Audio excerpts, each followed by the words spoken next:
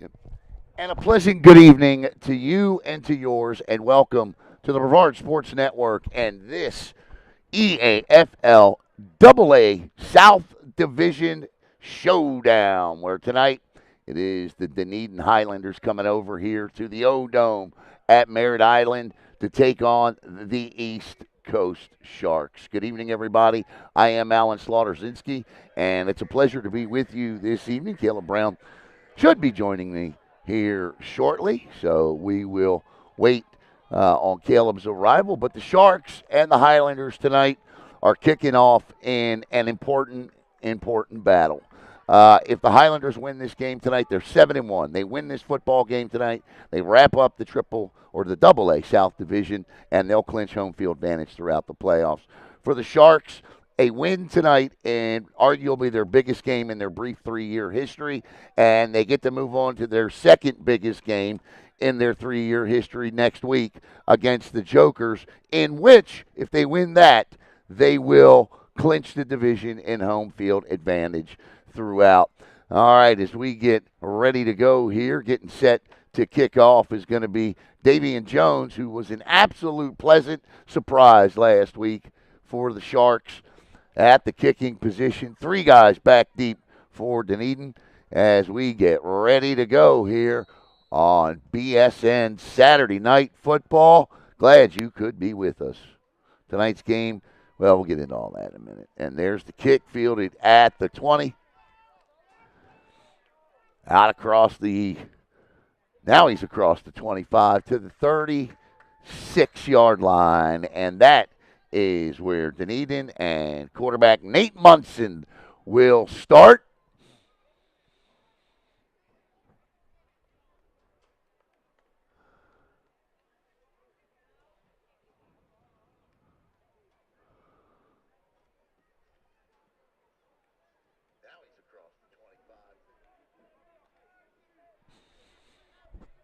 All right. Big number 75 up front. That's Tevin Franklin. Also up there, look like number 66, Kevin Custodio. And then you're going to see the triple 4 wide receiver set here to the right side, 1 to the top of the screen, a 5 wide receiver set right out of the gate for Dunedin, who comes in averaging 40 points per game. Sharks, one of the best defenses in all of the EAFL. They're allowing about 11 points a game. Munson alone in the backfield, but he's going to keep it, and the Sharks trying to eat him alive back there. Munson does a good job avoiding a loss on the play. In fact, Nate will pick up 2 yards, and a missed opportunity for the Sharks defense to put the Highlanders in an early second and behind the sticks hole.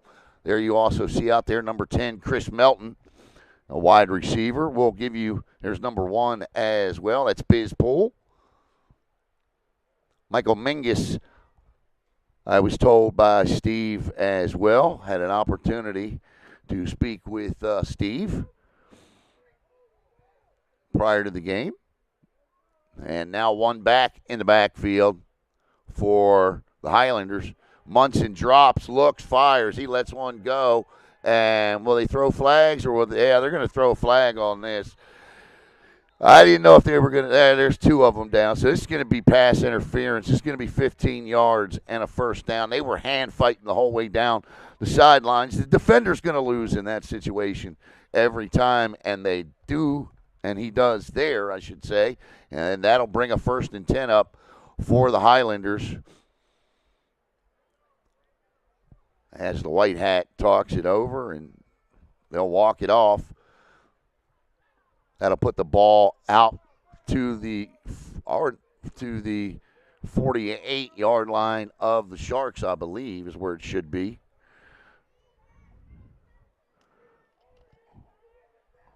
I have no idea. He must have just called holding. So it's a 10-yard penalty.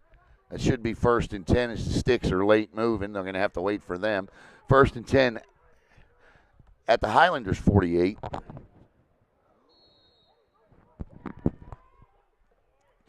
Munson with a back in the backfield. Sharks show blitz, bring blitz, and knocked down nicely over there by Nelson Comperi. And Comperi, a big man over there, getting his hands up and knocking the football down to bring up 2nd and 10. One interesting name on the Highlanders roster is Dominique Rogers-Cromartie. Yes, that Dominique Rogers-Cromartie of Arizona Cardinals fame. Played in the Super Bowl, I believe, for the Cardinals. I think he did. 2nd and 10, and we're going to get flags here. And that's going to be offsides. And the Sharks are jumpy to start here. False start, huh? Okay, so they're going to call the false start here. They're going to discuss this.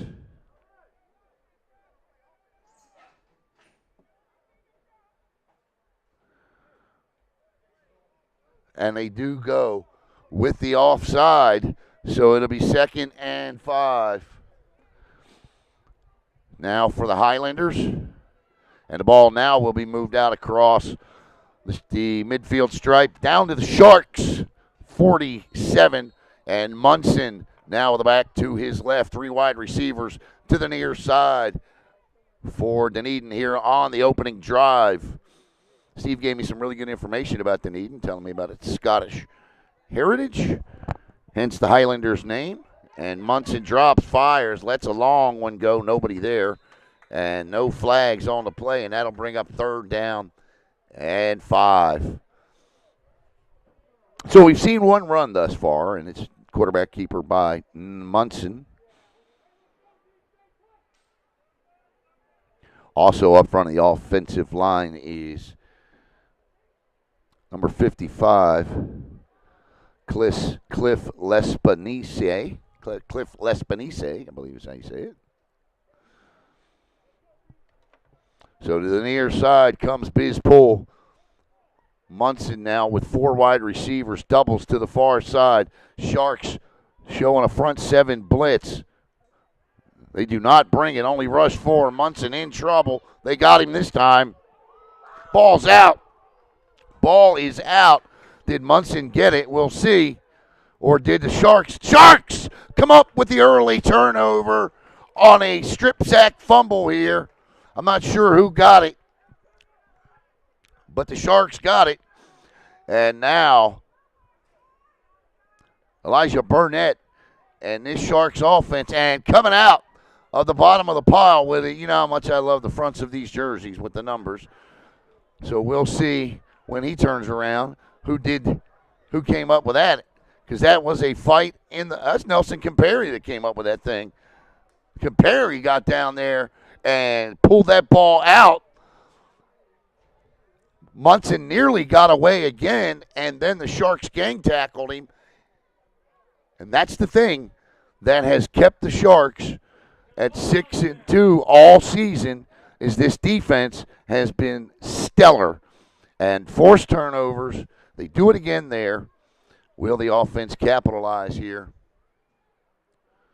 Mark Barton, the defensive coordinator, has done a terrific job of dialing it up. And the Sharks, quick give. They've got a bevy of backs that can carry the football throughout a game. And that's a gain of just 1. 16 points a game is about what the Highlanders are giving up. Both teams, if you're looking at their total points and dividing them by 8, you got to divide it by 7, because both teams have one game in which they won via a forfeit, so you take that game out of the equation. 2nd down and 8 for East Coast, and again a give and a nice cutback, and still on his feet and picking up a Sharks first down is Jarvell Francis. And Francis pushes the ball ahead down to the Highlanders' 39-yard line. And right back to the line of scrimmage comes the East Coast offense.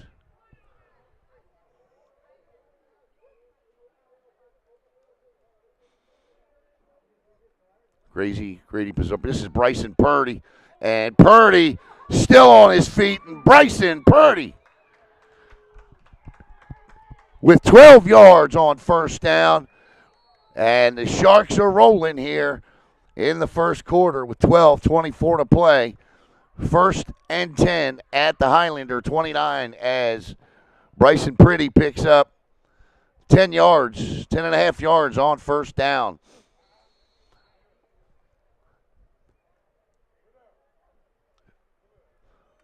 This is Burnett who keeps it this time. Burnett pulls it down and picks up 5, maybe.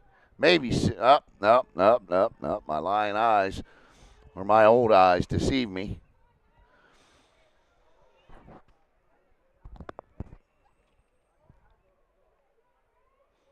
First quarter, 11:55 to go.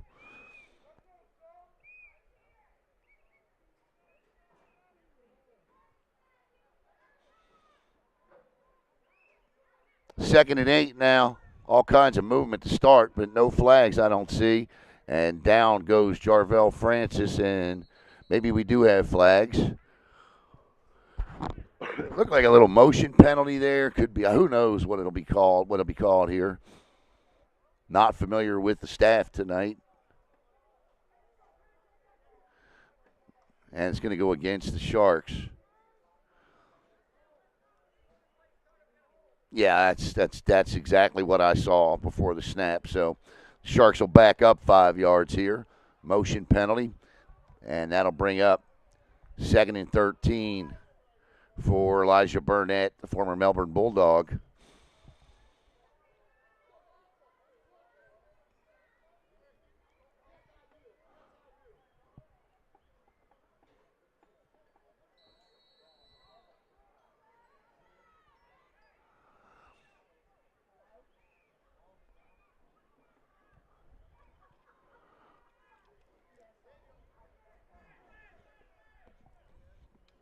Wide receiver split wide left, one wide right, 2 backs in the backfield. Grady Pizarro, the tight end. Pizarro in motion, and that's going to be offsides.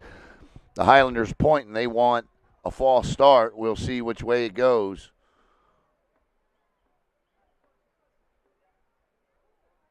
And the Sharks will get their 5 yards back here as both teams a little jumpy to start this one here tonight.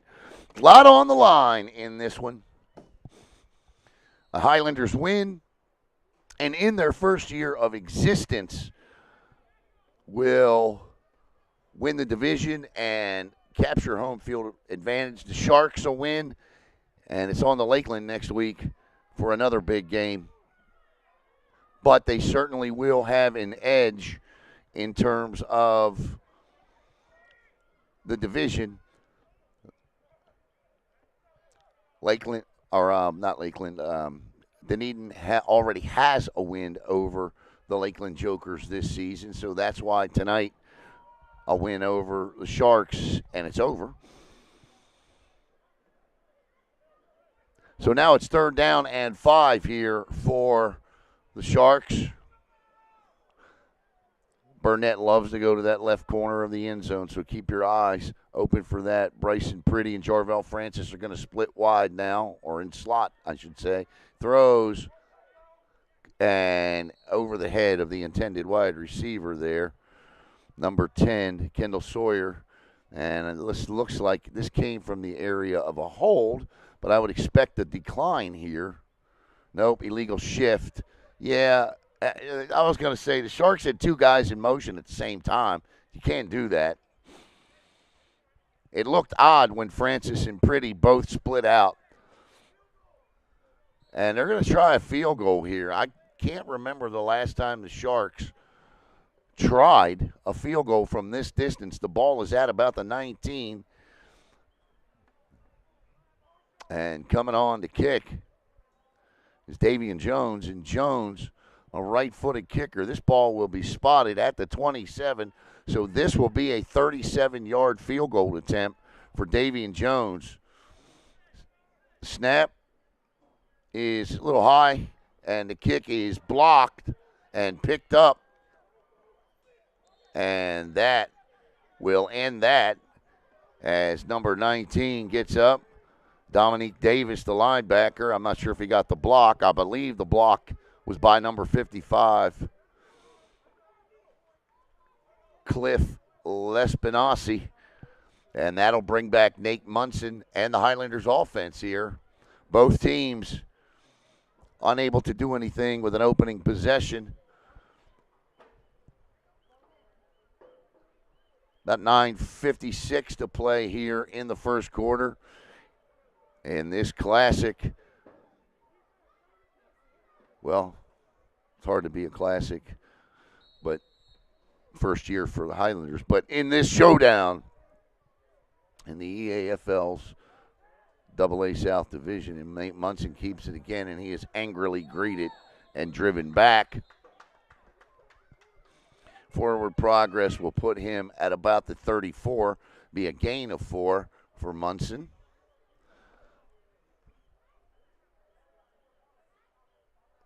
So we want to thank all of the sponsors.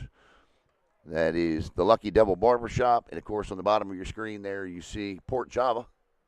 Best cup of coffee in Brevard County.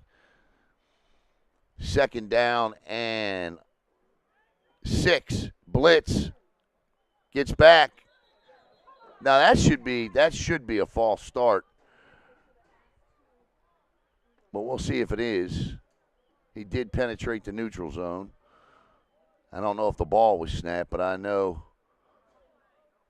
Yeah, they're going to call offsides on it, so I guess he broke that plane area.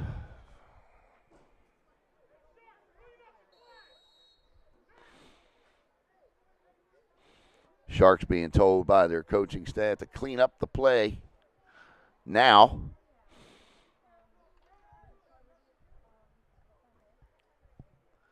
Nate Munson again with the ball. And the offense for the Highlanders here at the 39. Second and a short 2 now. Playbook wide open here.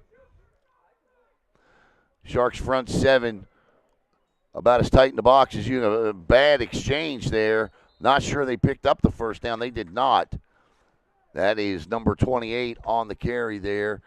Darius Daniels, the running back, and he will pick up no yards. In fact, he'll lose a yard, and it'll be third down and 3 for the Highlanders.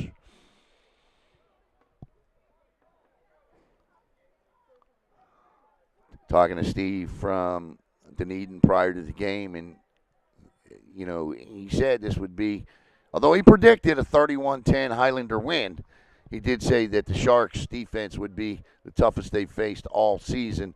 That, thus far to this point, proving to be true. Steve, a good guy. Enjoyed my conversation with him. Third down and 3.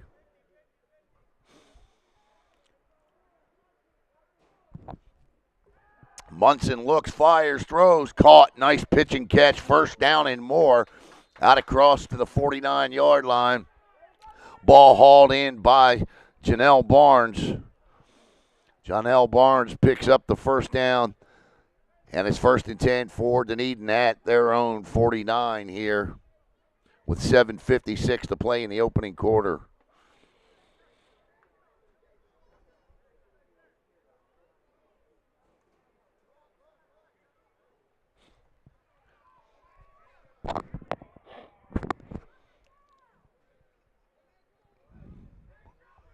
Munson with Daniels to his right. Drops back, looks, fires, and that ball is underthrown. And that'll bring up 2nd and 10.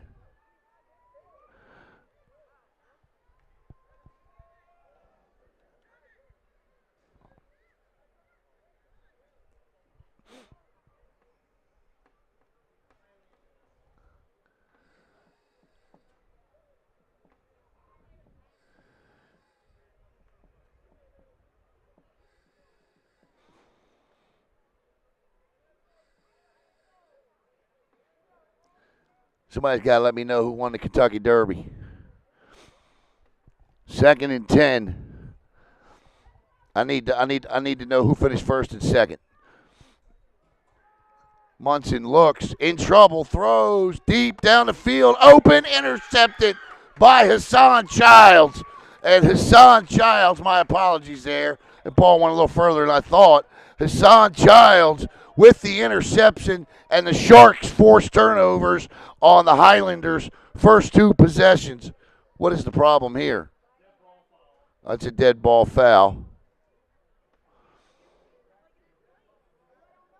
So it should be a turnover on, and let's get to the white hat. Personal foul against the Sharks, but it's after the turnover, so they'll get 1st and 10, but they'll shoot themselves in the foot on starting field position for sure. So they'll back it up.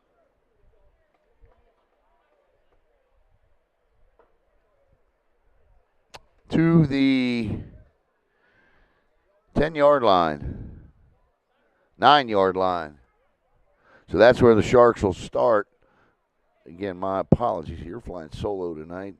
Hassan, my bad on the pick there. He had, listen, Biz Poole was 2-3 yards behind Childs on the play, and the ball was just underthrown.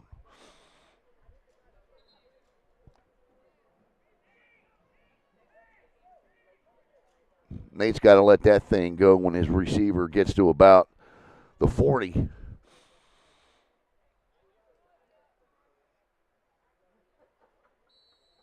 First and 10 at the 9 for Burnett and company.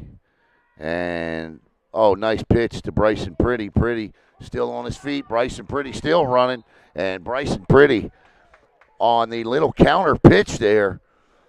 Looking one way to Francis. Burnett and Priddy turned and ran to the right. And when they closed in on Burnett, he pitched it to Priddy. And that is 9 yards on first down for the Sharks, and it's 2nd and 1. Good play call, good play design.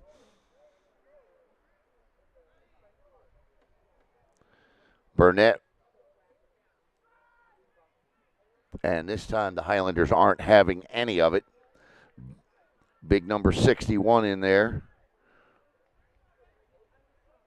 81. Was it 81 or 61? 81, Marshall O'Brien, defensive lineman. So Marshall O'Brien put the brakes on that play in a hurry. In fact, he backed them up a couple of yards, and it'll be 3rd down and 4 for the Sharks. Big 3rd down here as they're deep in their own zone following an unsportsmanlike conduct penalty.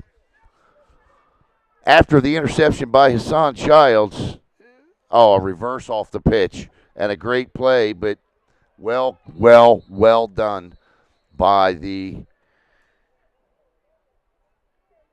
Highlanders, and we got a penalty flag down.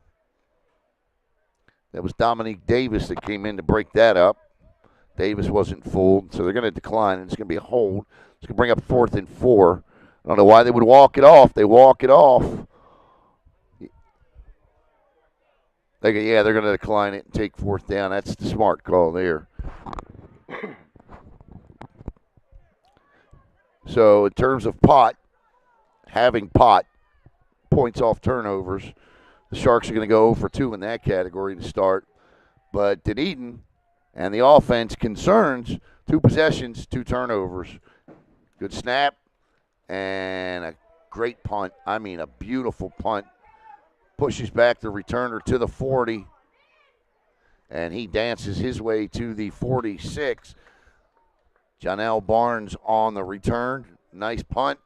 And this is where the Highlanders will take over. 1st and 10 with their 3rd offensive possession in 5:49 to play in the opening quarter.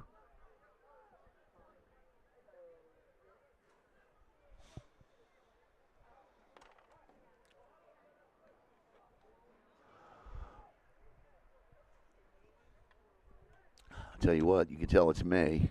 That mugginess starting to creep into the state of Florida. I don't know if anybody follows along with my guy, OMG Litsticks, but, man, that cat is spot on about the weather. Getting his takes on the weather and the Florida animals. 1st and 10. That's a hold.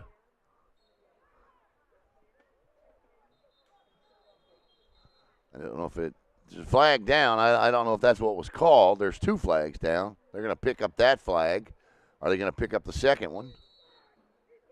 No, I guess not. Mark Barton barking down there, wanting the hold.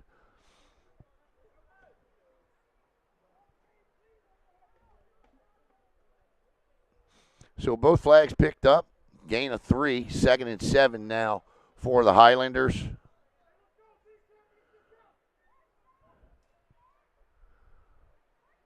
Munson keeps. Munson deceptively quick. He got outside and it looked like he was going to be tracked, and he's going to pick up the first down. Nice job by Nate Munson there to spread out and get to the sticks. He does so. Turn on the jets a little bit there as he turned the corner. Like I said, deceptively quick.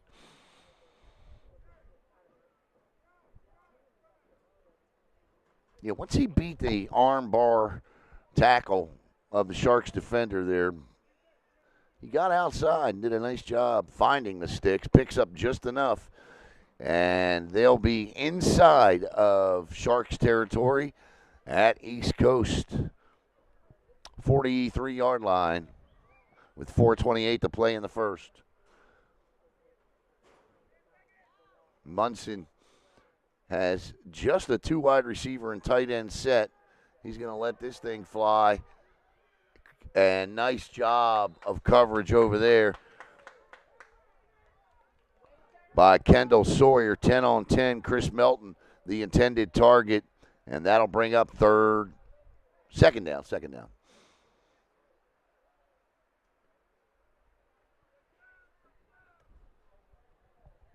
I want to thank all of you for watching here tonight. Joining me here on the Brevard Sports Network. And if you're a Brevardian, congratulations to the Veer Hawks baseball team.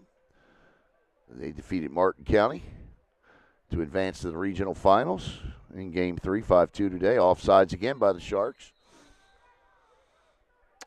And that is an issue that just isn't going away for this team. And it needs to, the deeper, or the closer, I should say, that postseason gets.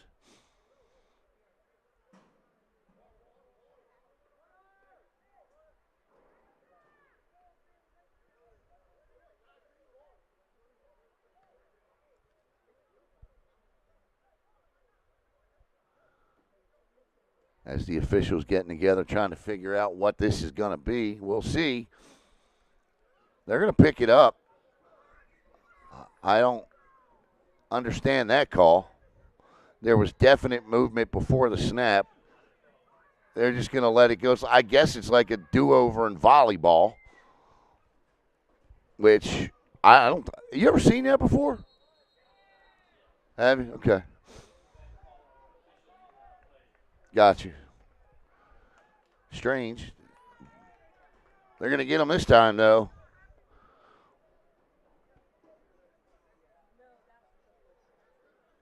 This could be a sideline warning.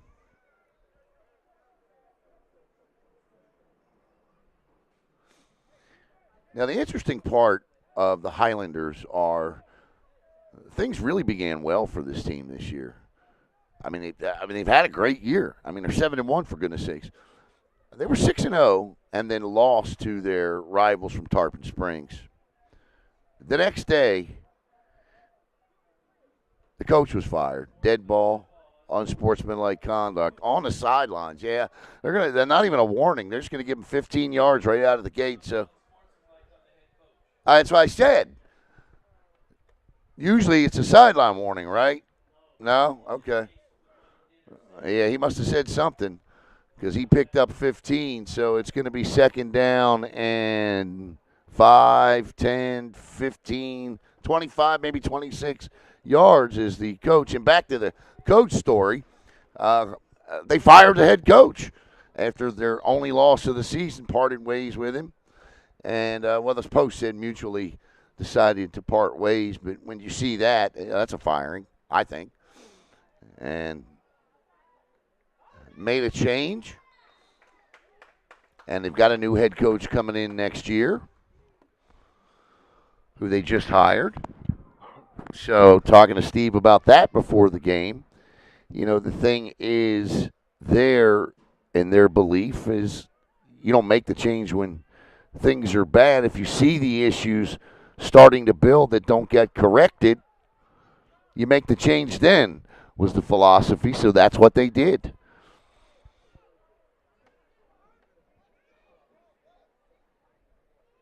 And then they would rebound and win big last week. And here they are tonight looking to wrap up the division and home field advantage. Third down and forever. Munson's in trouble, and he's going to go down. Munson sacked for the second time in the game, and that's going to bring up fourth down. So 2 sacks for Barton and his defense tonight. That one by number 55, Messiah Robinson, the former Cocoa Tiger. And we'll see the punt team for the first time tonight of Dunedin with 2:40 to play in the opening quarter. So the Highlanders making changes at 6-1.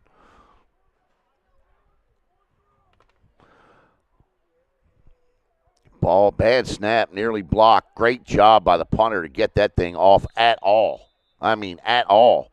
Because the snap was as bad as it could be on the ground. He picked it up and laid it out there. Who says kickers aren't athletic? Punters aren't athletic. Yeah.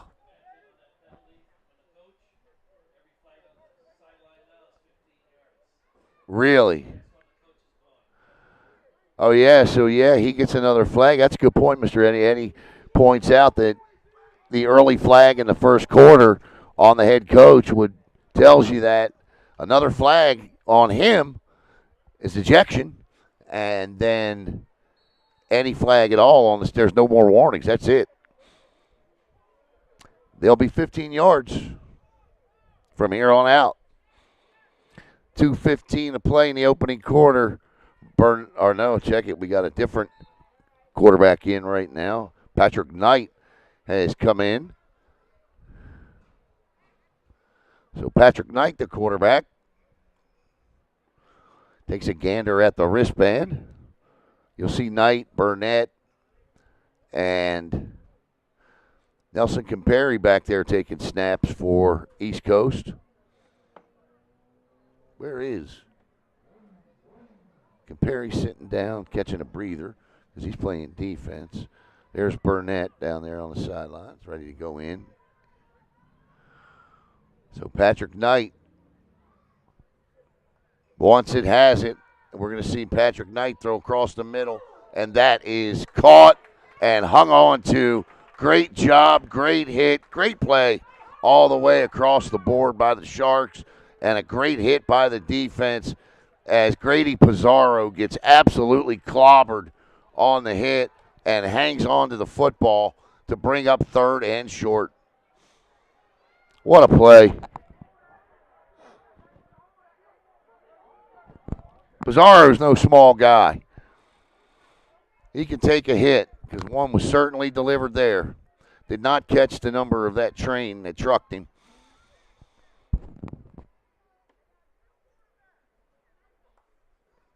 Knight hands off, ball's on the ground, recovered by Dunedin, and that, the first turnover of the game. Just dropped the football on the turf, and there to recover it are the Highlanders, and it'll be 1st and 10 for Dunedin now, going the other way with 41 seconds to play in the first.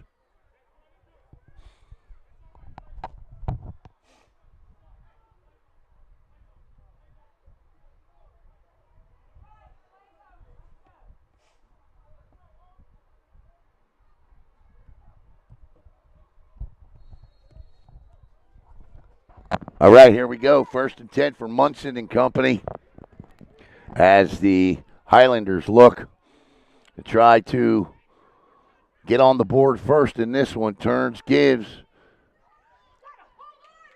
and The run by Darius Daniels picks up 4. 2nd and 6. Ball at the 48 of Dunedin. Final play in the first quarter right here.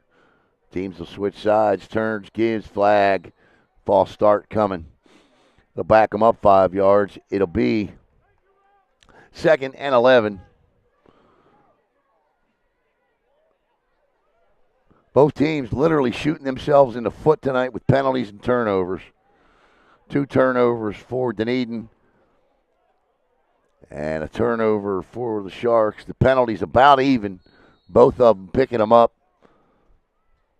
Penalties that teams sitting at the tops of divisions should not be making this time of the year.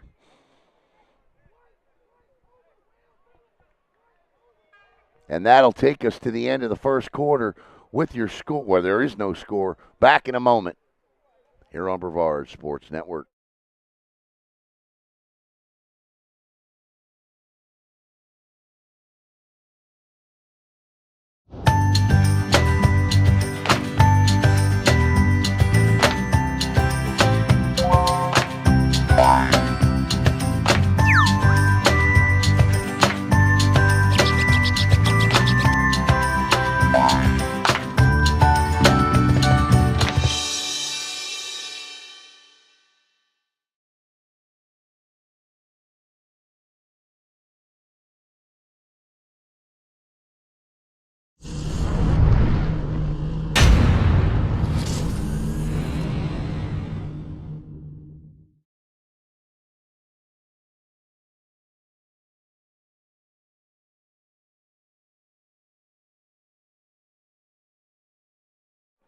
Welcome back to Saturday night, Eafl Saturday Night Football here on Brevard Sports Network. I want to thank some of the sponsors that helped make Brevard Sports Network go. You saw my card for student athletes flash up on the screen. My guy Tracy Campbell does a terrific job in a day when name, image, and likeness and social media and getting in touch with coaches are all done through so many different types of, you name it, avenues. Tracy Campbell helps these student athletes tie it all together through the MyCard system. Be sure to check out Tracy and MyCard. I'll put the information on the bottom of the screen here in just a moment. First play, Munson in trouble, and he'll go down hard, and that's not going to be a sack because he picked up a yard. No, he's going to lose a yard, so it is a sack. So in there to get that sack is going to be Tay Jones. So that'll be the 3rd sack of the night for the Sharks.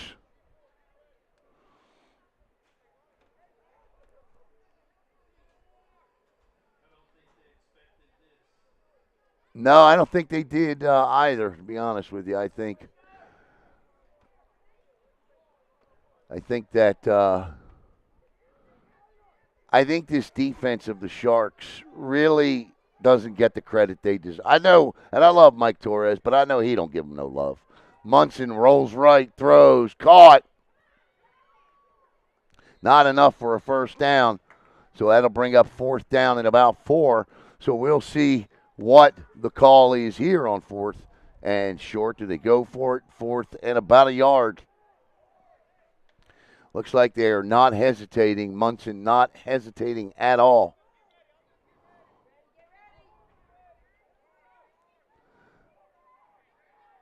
Munson, the leading rusher thus far for the Highlanders tonight, trying to draw the Sharks off sides, which not a bad play, and they're going to take a timeout on the field with 13:31 to play in the first half. Yeah, I don't think the Sharks defense gets the credit it deserves. I know everybody's all stuck in the AAA divisions and this, that, and the other, but that Sharks defense, it's good.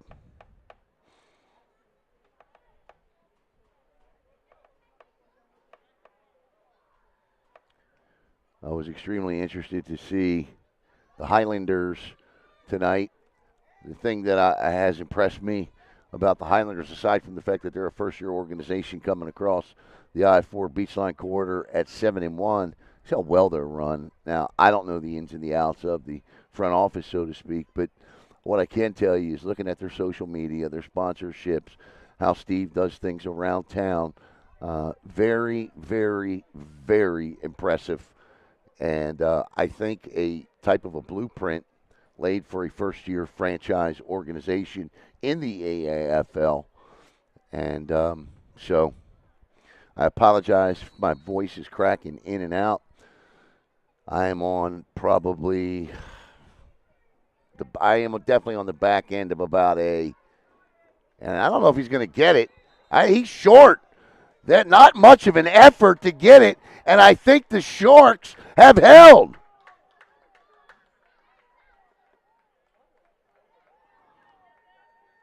And they're going to measure here. Now, we'll see where forward progress is. Oh, they're well short. I mean, they're not. They don't even need to measure. First down, Sharks. I'm not sure what the call was from the Highlanders, but it wasn't a good one on 4th and short. And if it was what they wanted, didn't seem well run. And they're arguing the spot. And that's going to be another 15 yards on that call's going to go against Alston Baker. And that 15 yards is going to give the Sharks 1st and 10 at the Highlanders 40. Yeah, I don't think the forward progress was close to where he wanted it. Or, I'm sorry, I don't think the play. Wait a minute, dead ball, 15 yards. Okay, so let me start over. The play itself, I didn't think was well run. It looked like half speed to me.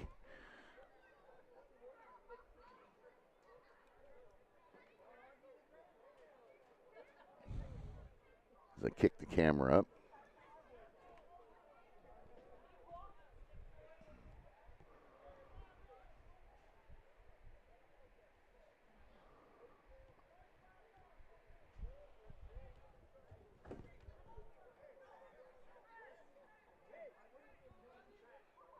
So the Sharks defense, we were just talking about them, stands tall again as they force a turnover on downs this time. So good job by them. And now they got to get some points out of this. Knight drops back, looking all kinds of time, throws, caught underneath. Cuts back down to the 25-yard line. Good play, Hassan Childs, who has an interception and now a reception. Picks up the first down. So 1st and 10 at the 25. As the Sharks near the Lucky Devil Barber Shop red zone.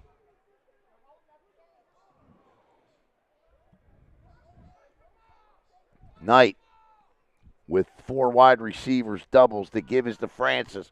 Francis cuts back, gets outside, breaks a tackle, still on his feet, lunges ahead, still going. Jarvell Francis with a second effort picks up 13. And the Sharks are just outside the 10-yard line, now inside the Lucky Devil Barbershop red zone. 12:22 to go.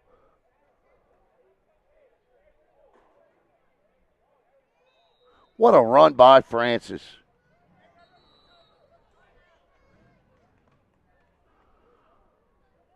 The quarterback goes all the way back to get his towel on the timeout here. Who took that timeout, Eddie? Okay, the Highlanders with their second timeout, so they've got 1 timeout remaining here in the first half. No score with 12:11 to play. I'm going to step aside, grab a drink of water, be right back here on Brevard Sports Network.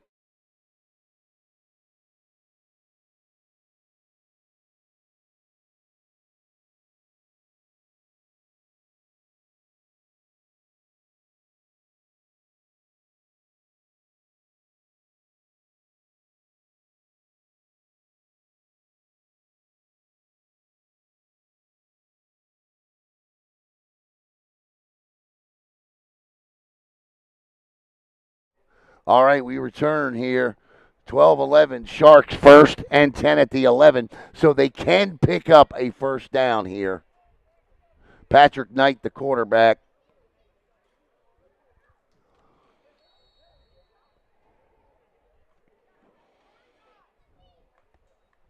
Gives to Francis. Good eyes, good vision. Francis down to close to the goal line. So it's it should be first and goal. Yeah. Yeah, now it's first and goal. Yep. First and goal at about the half-foot line, and you got to give this ball to Francis to let him finish it off. Jarvell Francis in the backfield. Patrick Knight. Oh, my goodness. And Patrick Knight does everything he can. And Knight just fell down. Is he hurt? He's hurt. So this is an interesting turn of events. Patrick Knight down on one knee, the quarterback. The snap, I was going to say, it didn't look like the snap was a bad one. It was a little to his left, but the way he turned, he's coming off. And Elijah Burnett is coming in.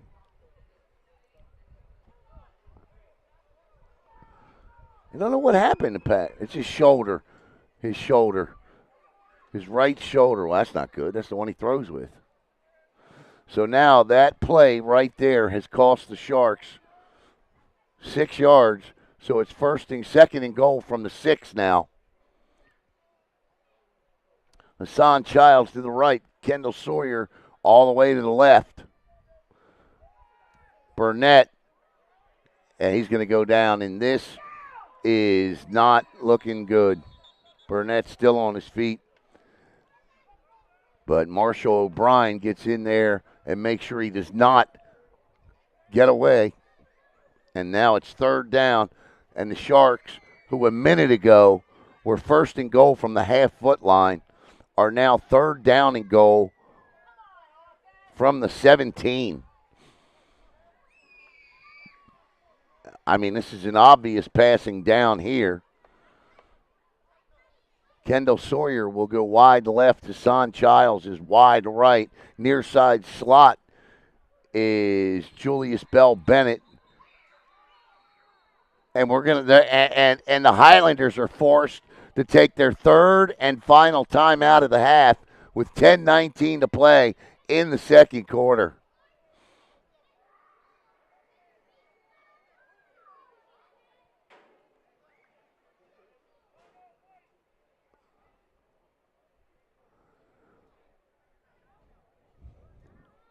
I tell you what,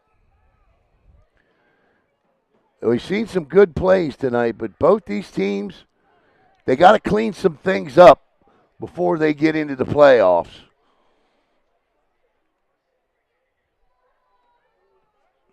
These teams do some things really, really well, and they do some things that are going to cost them some games in a couple of weeks.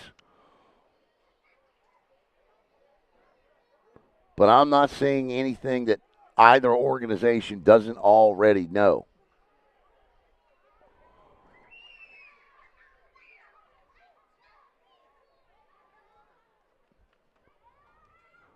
Third and goal from the 17-yard line. Patrick Knight back in at quarterback. That's a good sign. Sawyer wide to the left. Childs wide to the right. Julius Bell Bennett. And that's a false start. That's going to back them up again. And it's going to be third and goal from the 22. Left guard moved.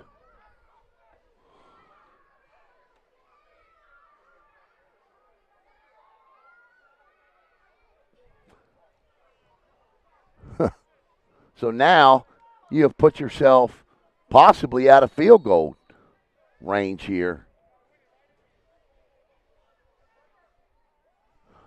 Knight, I mean, they need a touchdown right here. I mean, there's no first down to get. It's touchdown or fourth down. Knight drops back, throws it out, and too far for Bryson Pretty. And that'll bring up fourth down, and the Sharks will send on the field goal team again. and try another long-distance field goal.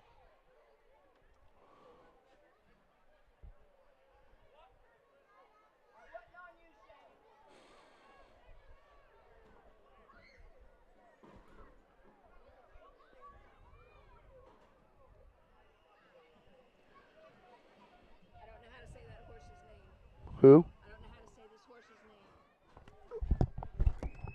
name. What number is it? Just tell me what number. No, okay. Sovereignty. Sovereignty. That's who won. Okay. Okay. I'll take that. Sovereignty wins the Kentucky Derby. Thank you very much. And the kick is no good. And the Highlanders will take over 1st and 10. I'm stunned at what I just saw. Stunned.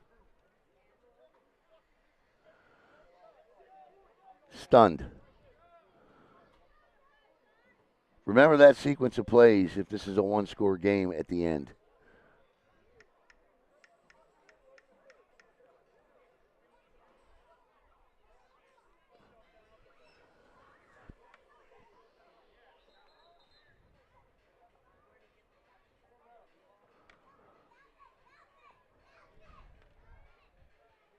Ten 11. Yeah, the Sharks are going to want that entire sequence back if they lose this game by one score or less.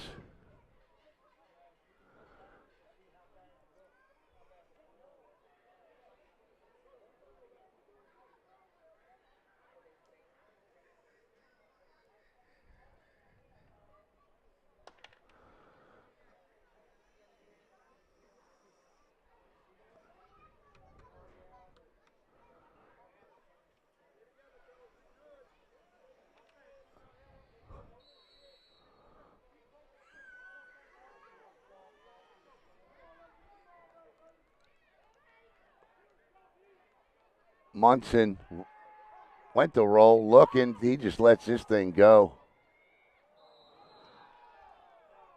No flags. Oh, there is a flag.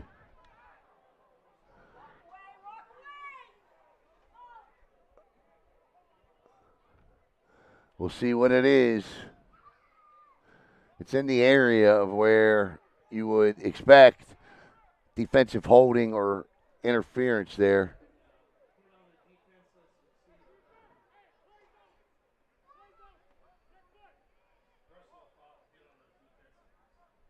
Is that what it is? Eddie's telling me it's a personal foul. Hit on the defenseless receiver. Yep, that's exactly what it is. Good call, Eddie Dufresne. And that's 15 yards.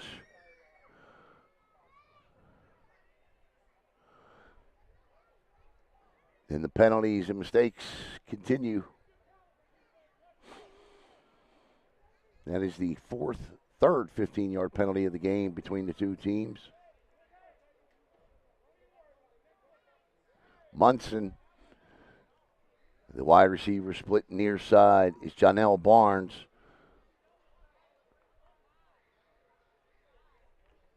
Can't see the number on the far side.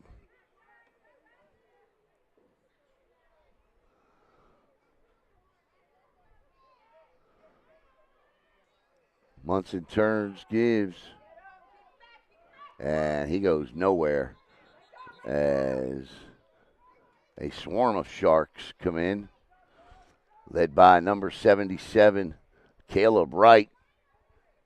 Caleb, a two-way player for this team. We'll play 100 snaps a game easy. 9:43 to go in the first half.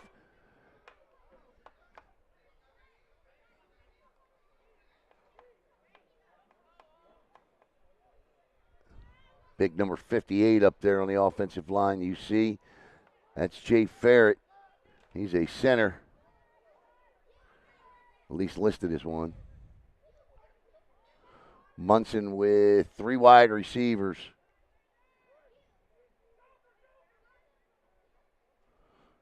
He's going to let it go this time. He's in trouble again. Munson wrapped up, and he'll go down. Hanging on and getting the sack is number 52, Nate Yankee. And Nate Yankee picks up the fourth Shark sack of the night with 8:50 to go, and that'll bring up,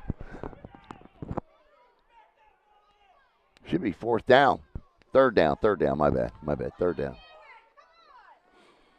So third down and 23 now, and the Highlanders cannot move the football against the Sharks. They're not alone this season in that fact.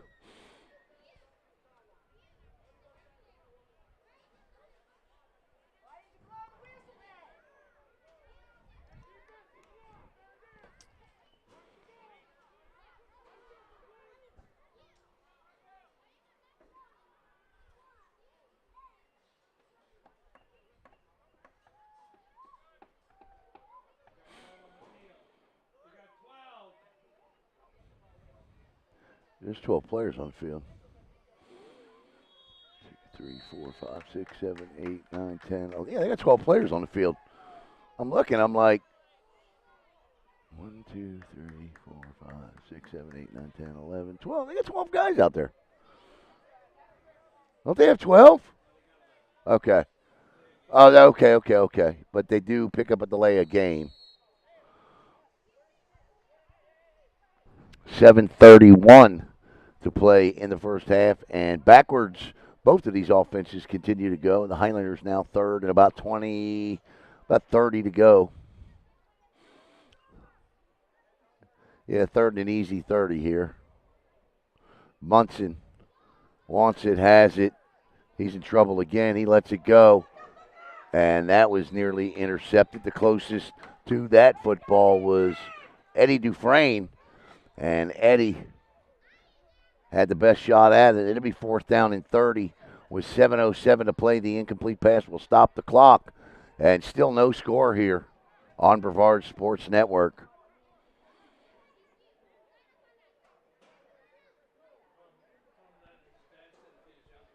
What's that? Yeah, Mr. Dufresne, Eddie's father, says if he is younger, he'd have got it. Mr. Dufresne, one of the very, very best officials and umpires here locally, and of course he runs the clock for the Sharks. 7:07 up the middle, and end over end punt that will be fielded by Cameron Harris, and Cam Harris immediately brought down by number 23, Anthony Colon. And the Sharks will take over first and 10 here.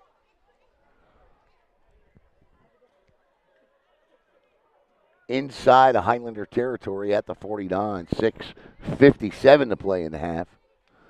And no, that is not a mistake. Two of the higher scoring offenses in the AA division. No points on the board through the game's first 20 minutes. 22 minutes.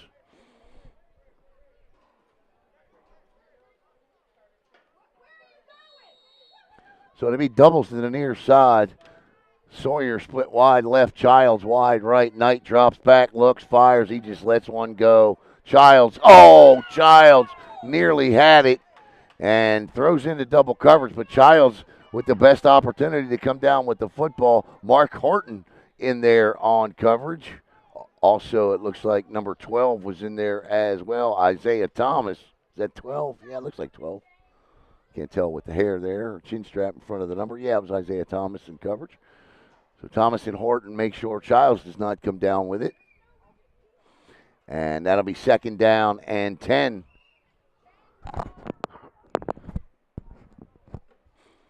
Haven't seen Dominic Rogers-Cromartie yet. Out there playing. 45. I don't see him dressed.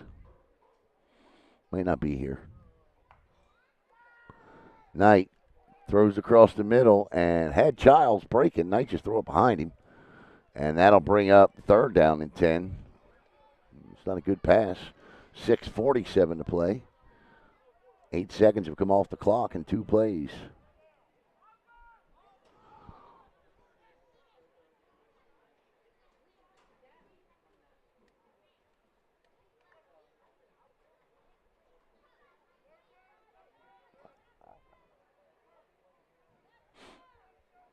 So 3rd down and 10. Knight, 3rd straight pass screenplay. Jarvell Francis absolutely rocked by number 19, Dominique Davis, and that's going to bring up 4th down as Dominique Davis turns, shoots everybody on the sidelines theoretically, and then golfs them away, joined by a teammate, Cliff Lespanasi. That was quite the celebration there. He gave this, looks like the old Tommy gun days there.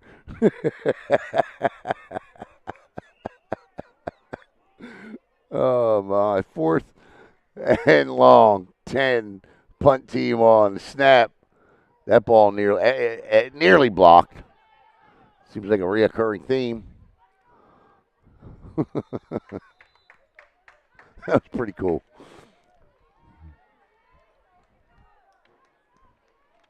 5:54.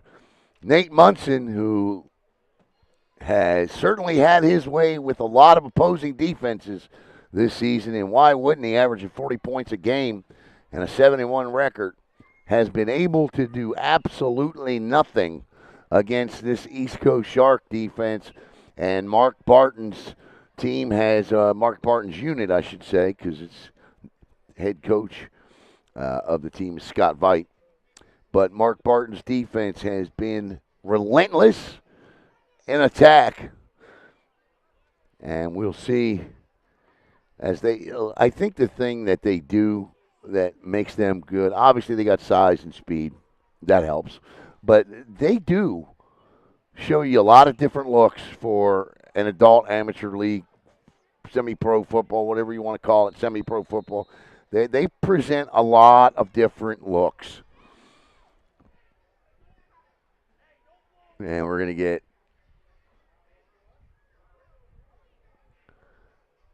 no gain, 2nd down and 10. 5:30 to play. Coming up at halftime, absolutely nothing. We're going to take a break and be back fresh and ready to go for what hopefully will be a better second half delivered by both these teams. 5:14 to go. Hassan Childs out there guarding, and Munson's going to step up. And, oh, my goodness gracious. Nate Munson was hit by a truck. That truck was Nate Yankee. Munson gets up. Yankee gets up limping a little bit. But, my goodness gracious, that collision, next level. Tough players. Munson, tough quarterback. Yankee, tough middle linebacker.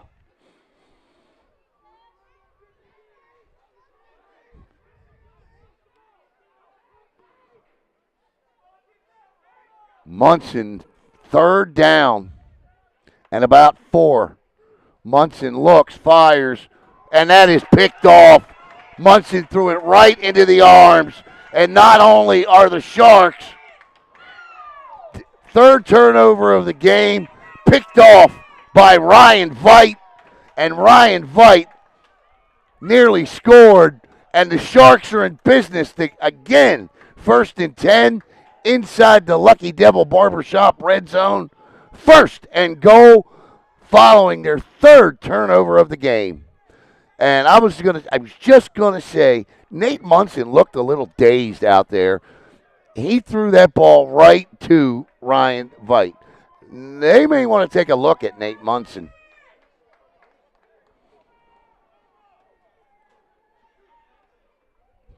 Because he got rocked on the play before, and they didn't have any timeouts to take, so they couldn't do that.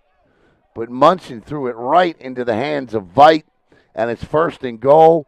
And this is Nelson Campari. And Nelson Campari, for the moment, has a Sharks touchdown, but a flag is down, thrown by the back judge.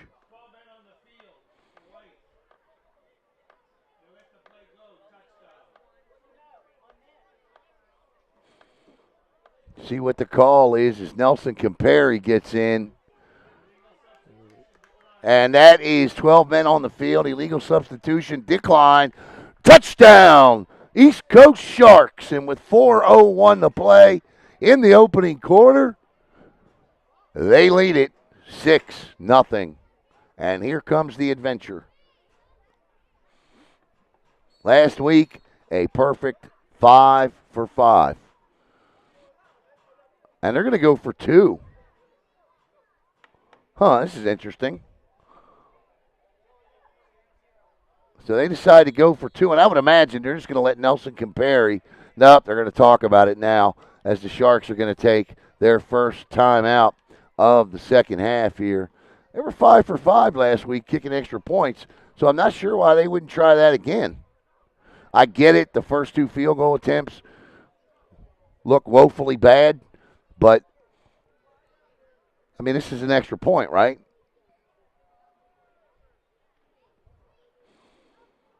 I think I got to let my guy try and kick this.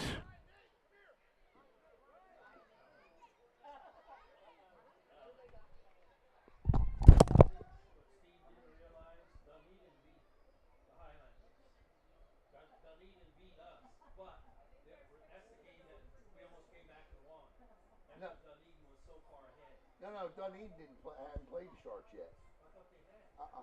First time. Yeah. I know. It's from Dunedin. This is Dunedin Highlanders. You're thinking of the Raiders. Yeah. Yep.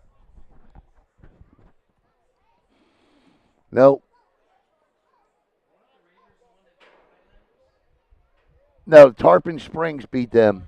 Yeah.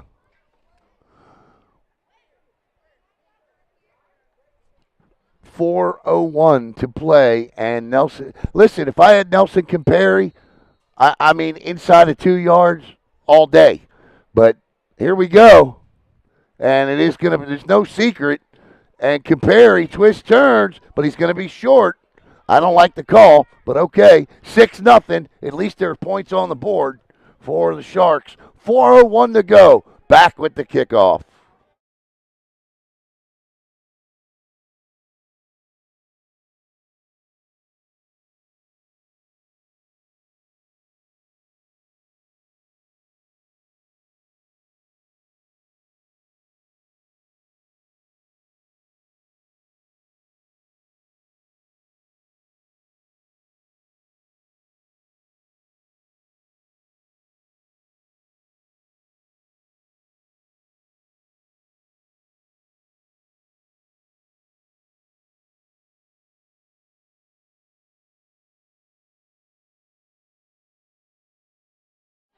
All right. 6-0, 4:01 to play in the half, and the Sharks capitalize, finally getting points off of turnovers tonight on the interception by Ryan Veit, returned down to about, I'd say about the 6 or the 5. Nelson Comperi pushes it in, and the Sharks take a 6-0 lead. And here's the kick. Not great, but not bad. And now it goes to bad because it goes out of bounds. And the Highlanders will take over at the 40 with 3:56 to play. And Nate Munson comes back out, and, I'm not going to talk about it ad nauseum, the hit, but Nate's been hit several times in this game. And so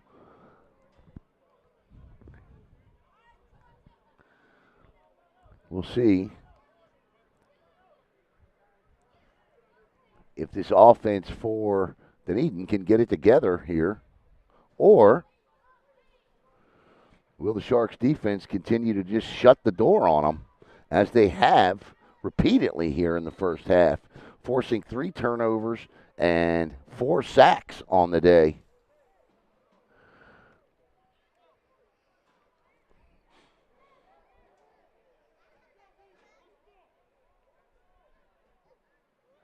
Munson with double split equally to each side, and I'll give it to the guy. He's going to run the football and lose yards doing it.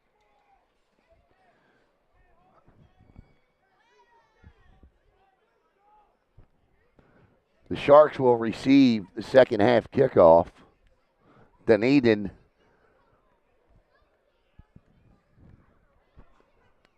trying to get something going here. He actually picks up no yards at all. Second down and 10.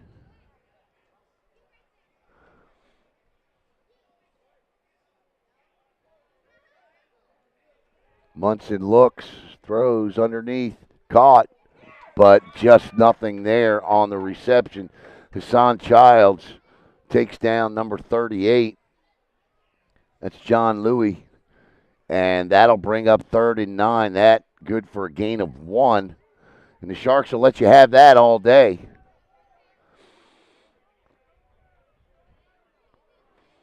Childs, the former USF standout, playing both ways for head coach Scott Veit. Munson looks, fires, throws, wide open in the flat. Caught and out across the 50, down to the Sharks 44. Good pitch and catch there. Ball hauled in by Ryan Henson. And to the hurry-up offense go the Dunedin Highlanders. 2:18 to go. We'll stop they'll get a clock stoppage for the 2-minute warning. Now 4 wide receivers, doubles again. Split about as equal as they could be to each side. Little flare out to the running back. He looks to turn the corner, has a block in the back, and that'll come back 10 yards. And that was as clear as day. Can't do that. And that'll be on wide receiver Biz Poole. So that'll back them up 10 yards. And that'll take us to the 2-minute warning.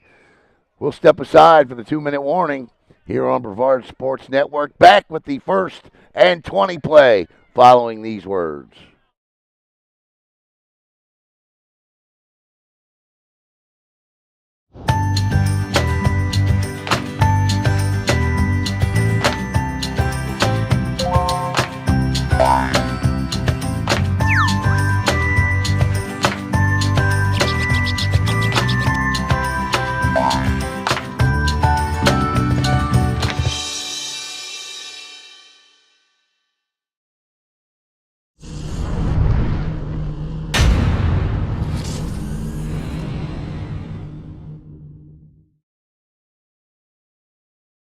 Hello, Space Coast. Alan Slaughter-Zinski for the Brevard Sports Network. I just wanted to take this opportunity to thank all of you for your support of BSN and allowing us to cover your student athletes and come into your home each and every night. Give us a follow on Facebook at Brevard Sports Network, and here's to many more years of top-notch sports coverage right here in Brevard County. Thanks again.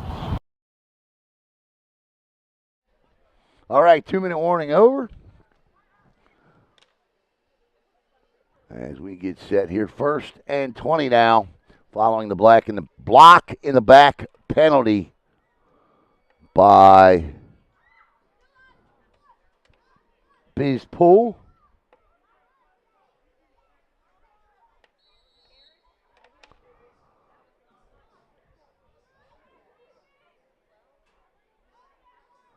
And Munson pump fakes, throws. He just lets one go. That's great coverage, double coverage. Munson just threw that up, hoping that Janelle Barnes could go get it. He could not.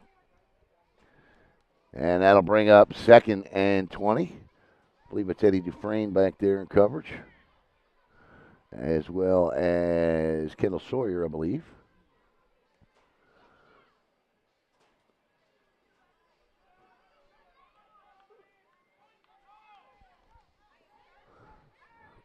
.154 to go, 2nd and 20. Munson with a 4 wide receiver set. Your slot receiver this time. Can't tell the number. Looks like 38. Munson drops back, steps up, in trouble, lets it go. And it is caught. Nice grab out there in one-on-one coverage. And that is a great catch by Isaiah Thomas, who's also a two-way player. And the Highlanders are in business with the hurry-up with 1:44 to go. They do not have any timeouts, though, so they have got to hurry up. They get the first down. Munson looks, steps up, and he's going to go down. That should be, I guess they're going to say there was a receiver in the area as the white hat points, the incomplete pass. Nice job by Munson to get out of trouble. 2nd and 10.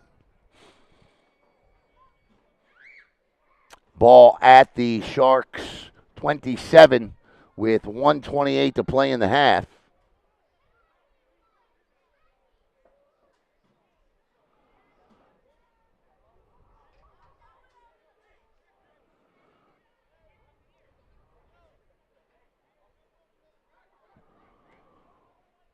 So here we go. Big play here.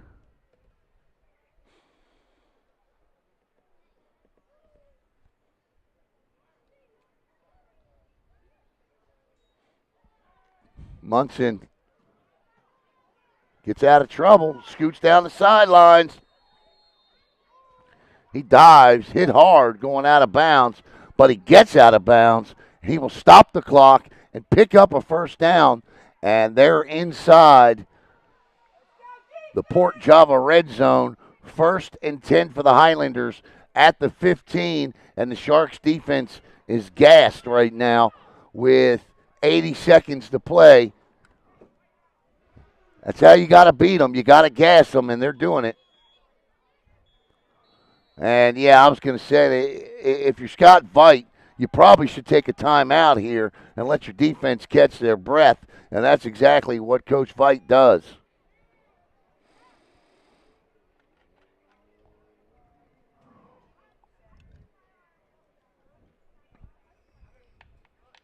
Grab some water, catch your breath, get ready for the next play.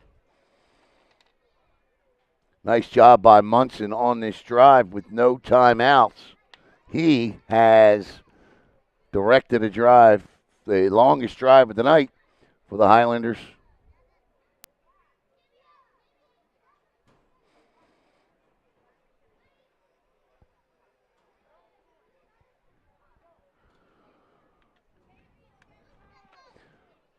So they'll bring out a 4-wide receiver set. The lone back in the backfield is Darius Daniels. Nate Munson, the quarterback. Wide receiver split wide left is Jonell Barnes. Munson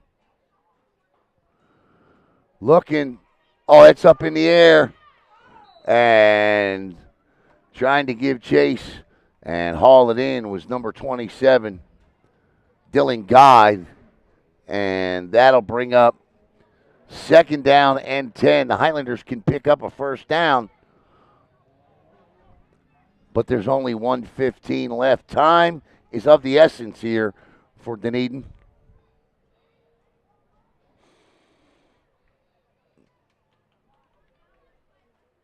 Six 0 Sharks lead it on the back of the defense, who has forced 3 turnovers and has 4 sacks in the game. Munson again barking out the signals, and that's going to be offsides as Munson will catch the nose tackle there, knocking the center over. If you're going to do it, you got to do it like that. Take a shot, and it'll be 2nd and 5. He went backwards like a 10-pin bowling pin. And it's 2nd down and 5 with 1:15 to go. Munson with Daniels to his left. Munson looks, fires, caught, and immediate. Not a great play call. And ball is hauled in by Isaiah Thomas, but he is immediately eaten alive over there by Eddie Dufresne. And right back to it they go. Under a minute to play. 3rd and 3 here in the first half. Munson going to keep it, and he's going to be gobbled alive before he even gets to the line of scrimmage. 4th down. Nate Yankee in there, of course, as well as number 25, Rashid Simon. 4th down. Here it is. Munson looks. Throws. Caught. Helmet's off. He's down. He does pick up the first. That won't stop the clock, though. It's going to be 1st and goal. 13 seconds. They better hurry.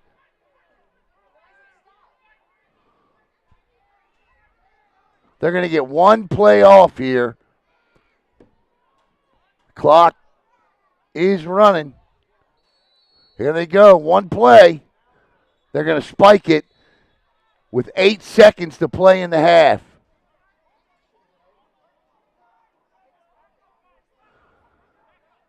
Second and goal. Let's go back to the 1st down play. Munson found his receiver who had slipped and fallen. He still threw him the ball. He ended up catching it. Somehow his helmet got.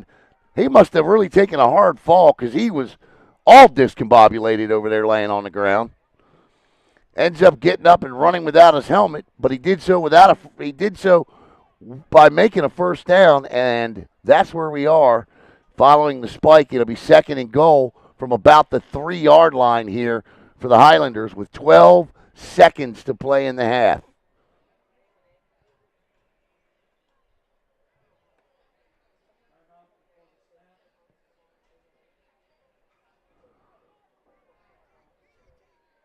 Scott White wants to know what's going on here with something.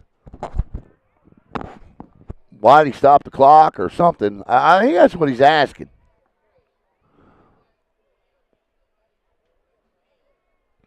Scott's covering his eyes, his face. That's not a good sign.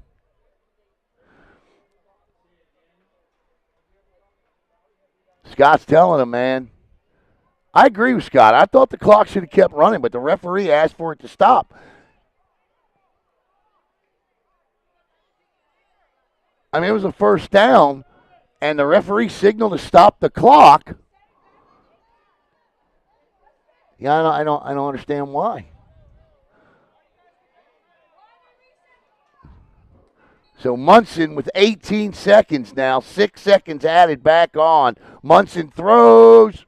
And that is no shot to be caught. And that's 2nd down. That should be 3rd down now. He spiked the ball on 1st down.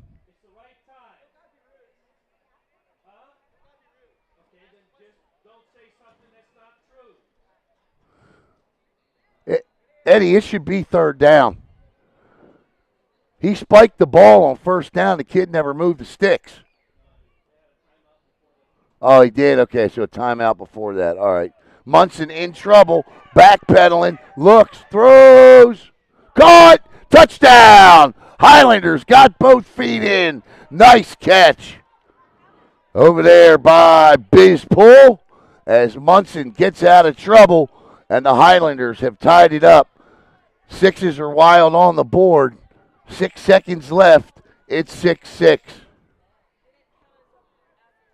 So timeout was called before the spike. Nice job by Bsn to get both feet down. Clearly you could see it on camera. And the Highlanders with Justin Lawrence out. Lawrence had a tryout this week for the Tampa Bay indoor team. So I would imagine he's a pretty good kicker.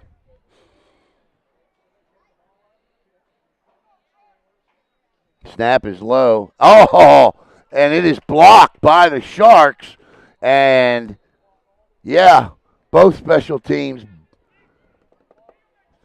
not playing well here. And with 6 seconds to go in the half, it's 6-6.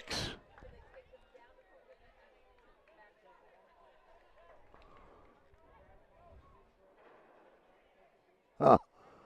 What do you know about that? If I'm the Sharks here, I just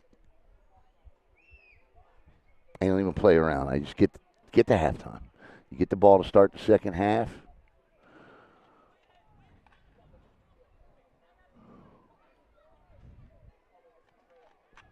Do that.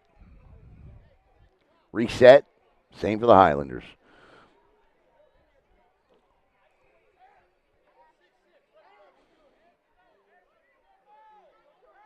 Nice drive, though, put together by quarterback Nate Munson.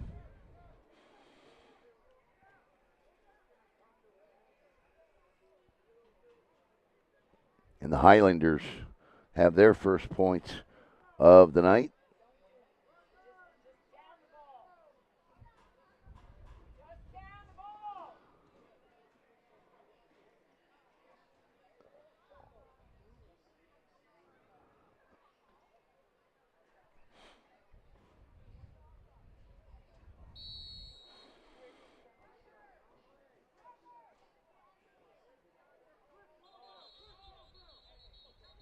I think Nate's out of Hudson High School.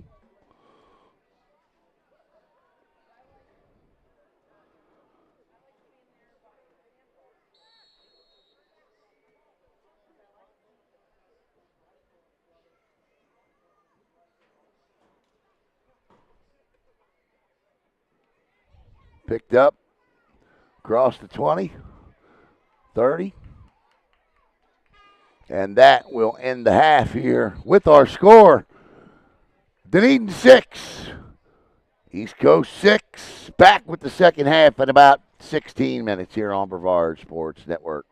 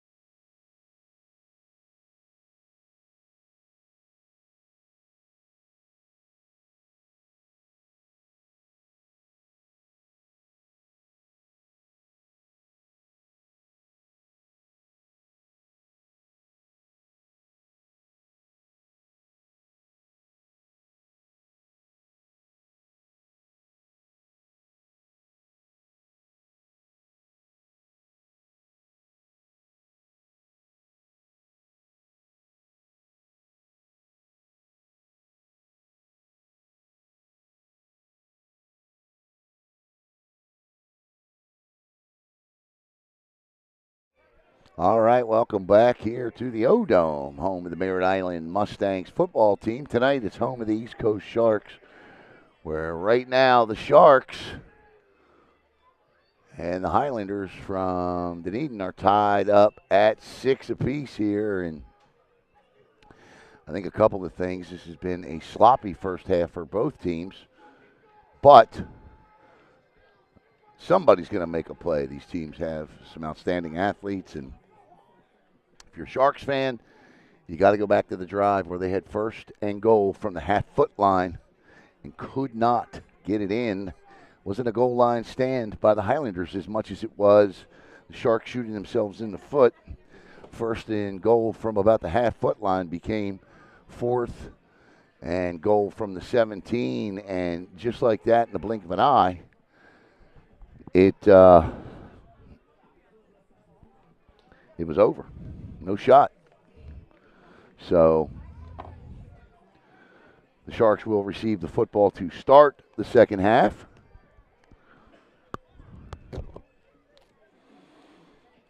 As the final 28 seconds of halftime tick away, and I was talking to some of the guys, you know, if you know semi-pro football, then you know the most popular place at halftime is the parking lot. So if you're looking for a quote or you're looking for some feedback, that's where you go. So I was talking to some of the guys, both teams actually, in the parking lot at halftime, and yeah, they said they'll clean it up, and we'll see here moving forward.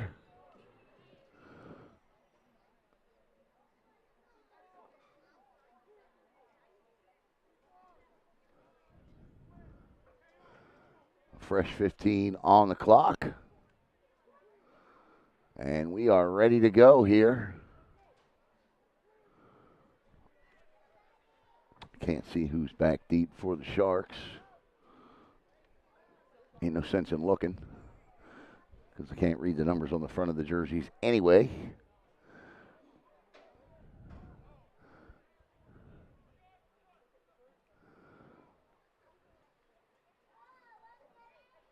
But set to put toe to leather will be number 55, Cliff Lespanasi. And the offensive lineman, defensive lineman will get us underway here in a pivotal Double-A South matchup. A win by the Highlanders, and it's a division and home field. The ball's out. Oh, my goodness gracious. Wow. That was almost an auspicious start for the Sharks to the second half.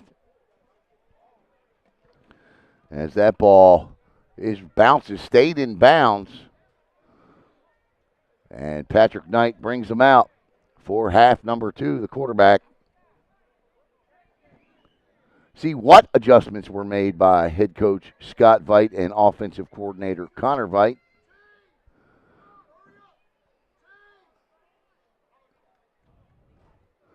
Looking for the chain gang here before we get started.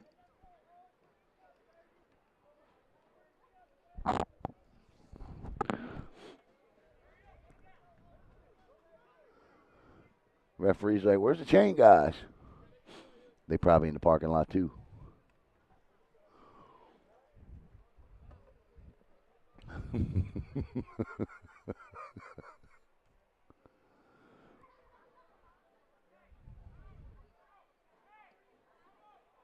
Couple guys from the stands run out, and there they go. 1st and 10. At about the 26, 27-yard line. Knight wants it, has it, drops back, looks. They're going to throw deep, and no, they're not. As Knight is sacked, did the ball come out? I don't think it did, no. And we got an injured player down. And the injured player is the player that made the sack, so wait to see who that is that gets up.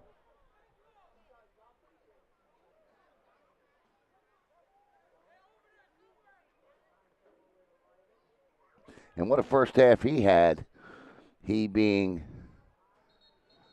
Marshall O'Brien, and he's got the sack. That is the first of the night for the Highlanders. And it'll be 2nd and 20 now. We're close to it for Knight in the offense. 14:40 to go. Third quarter just underway here at the beautiful O-Dome on the campus of Merritt Island High School. Knight calls and turns and gives. And the Highlanders defense has come out in the second half mean and nasty. And apparently he made the tackle as he takes a look over and says, I'll show you what a defense looks like. I'm not exactly sure that's what he said, but that was Les Benice again. And again, another Highlanders down. And this time it's number 19, Dominique Davis.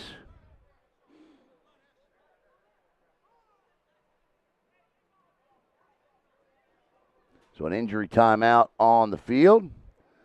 And another lost on the play by the Sharks, and it's 3rd down and roughly 21-22 to go here. Not a great start by the offense of the Sharks, but couldn't ask for a better start if you're defensive coordinator for the Highlanders.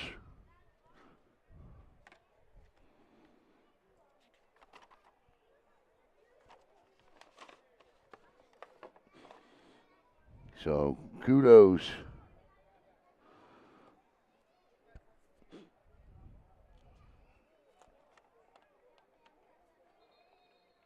to Nate Barlow, the defensive coordinator, and Jay Ferrett, the defensive line coach, for whatever they did at halftime, because they've exploited something on that Sharks offensive line. 14:13 to go. Referee says start the clock. Clock start at Knight. 3rd and 22.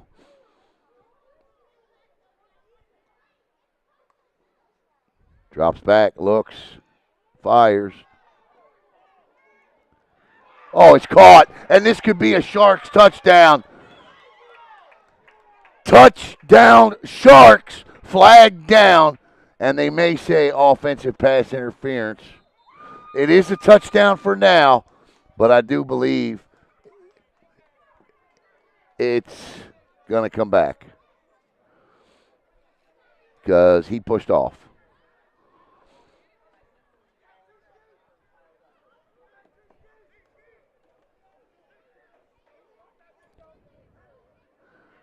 So, yeah.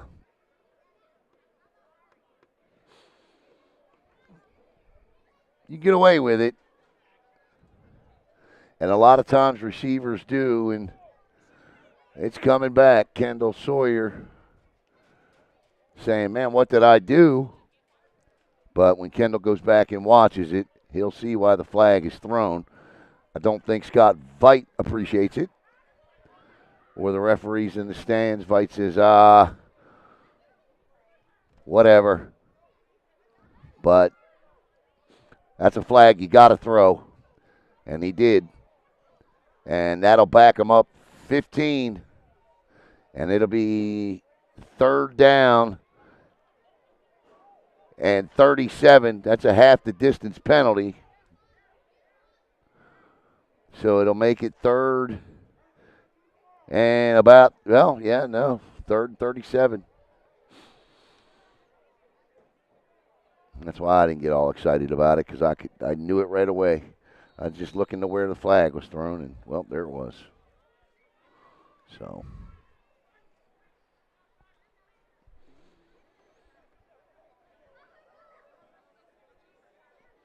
now the Sharks are really backed up here on 3rd and 37 with 13:50 to play. In the third, Knight with a 4 wide receiver set. Blitz coming. They chase Knight. He throws. And that's caught. But it'll be close to a 1st down. But it won't be enough. Or no, I'm sorry. It won't be close to a 1st down. It'll get, I was looking at the front sticks. It'll get back the penalties and the lost yards plus about 4 yards. But the Sharks are going to punt. So that play gets the goalpost shadows off of the back of their jerseys on this play. So at least they can punt with some room. So a good play there to do that.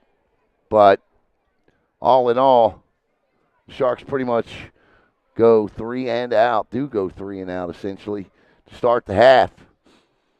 Back deep is Jonell Barnes. Snap, kick. I just don't know how that did not get blocked. Ball bounces at the 40, and it's picked up at the 38. And this is where the Highlanders offense will start, and we're going to find out now if Rodney Robinson, what adjustments he made at halftime, the offensive coordinator. Chris Cook is the interim coach right now. They got a new head coach coming in next year. Cook did not want the job, I'm told, so. But he has it now. So Nate Munson, who took a pretty good beating in the first half, but was able to bounce back and lead the Highlanders down the field on the final drive of the half and get them in the end zone with 6 seconds to go. He's ready to go. The running back to his right is Darius Daniels, who couldn't get anything going against the Sharks' front seven. 1st and 10 now. Ball at their own 39-yard line. Munson, little wheel-out pass, and I'm going to tell you what, boom, shaka-laka, boom there.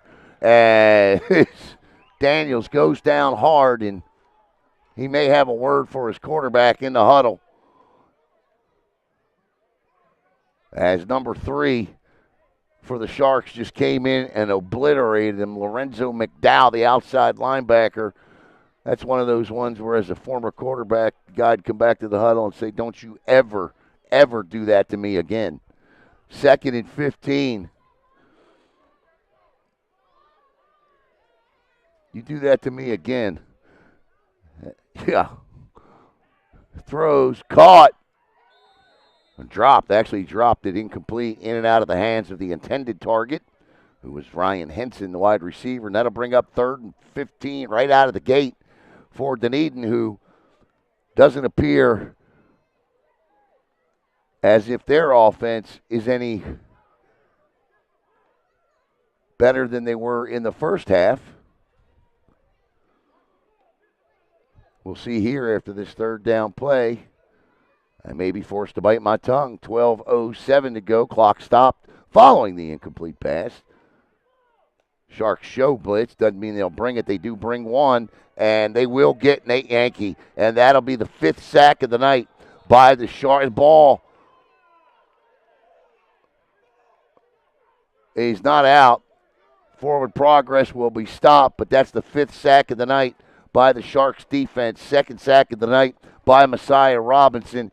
And that's 3 and out for the Highlanders, who are looking at 4th and about 19. Back deep for the Sharks is Cam Harris. It may be a special teams play that wins this game. Both teams have come close on several occasions to blocking punts.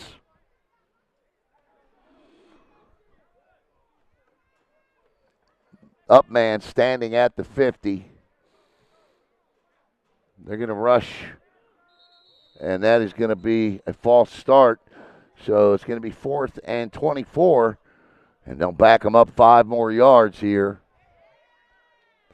And now, if the Sharks catch a lucky bounce here, could start their 2nd possession of the 2nd half in Highlander territory. We shall see following the 4th and 24 punt.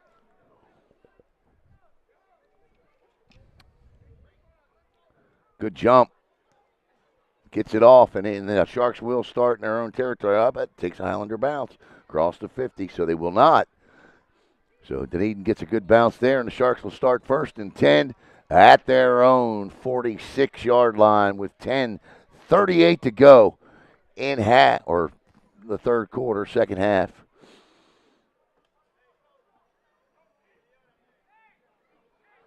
Check that. They'll start at their 36. As Patrick Knight brings them back out onto the field. Synthetic turf here at the O-Dome in Merritt Island. The big MI in the middle. A couple of state football championships for the Mustangs. Those great teams back in the 70s under Gerald Odom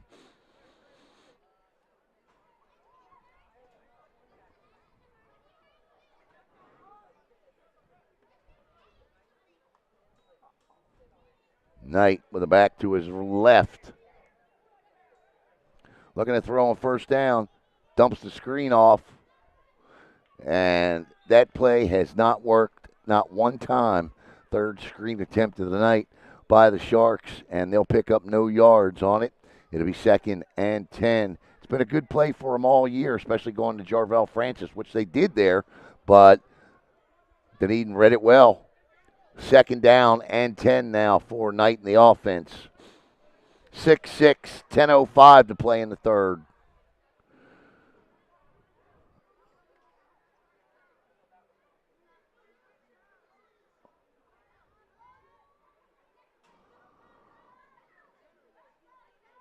Good one here. Knight drops back. Caught! Kendall Sawyer for a first down. Nice play by Sawyer. And the Sharks move into Dunedin territory. 26-yard completion on 3rd down. And that, the first catch of the night for Sawyer.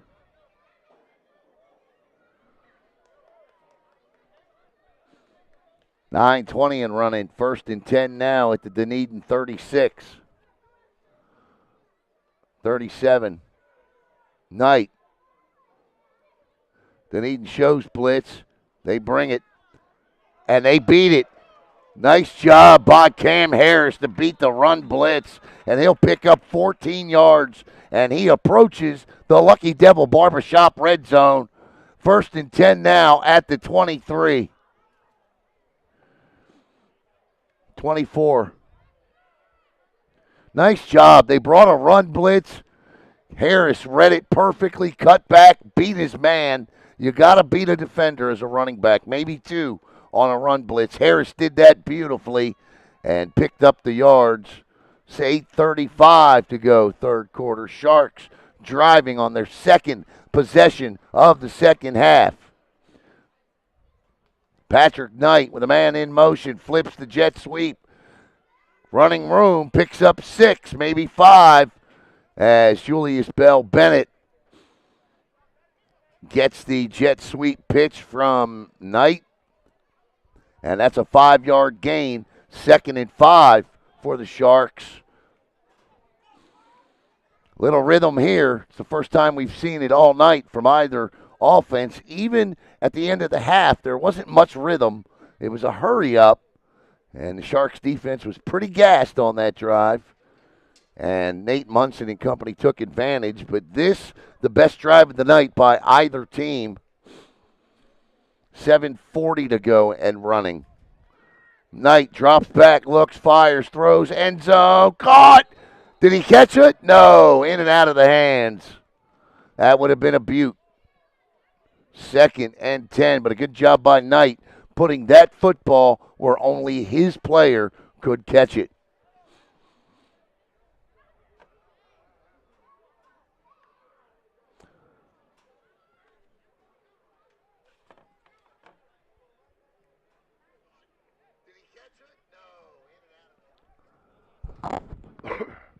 Once again, my apologies for my voice. It is failing me.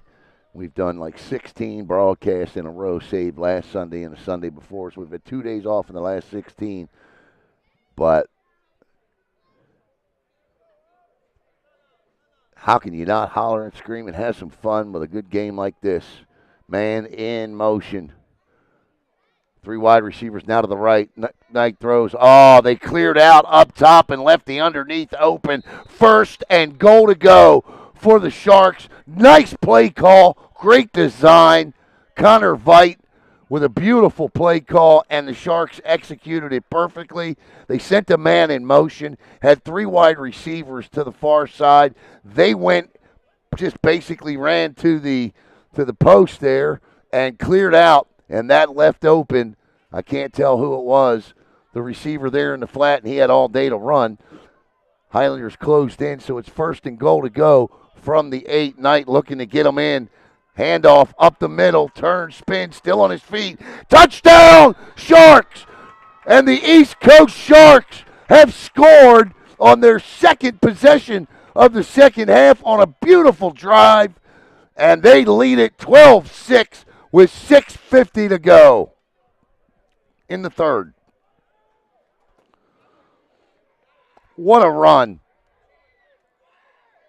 I believe I want to get the number on the back there. I think it was turn around, young man, so you can get those flowers. Yes, indeed. The back that time was Javius Mason, another name in the mix for the Sharks. Javius Mason runs it in. What do we got? We got flags here. And they're going to push this ball up. This is going to be on the Highlanders here.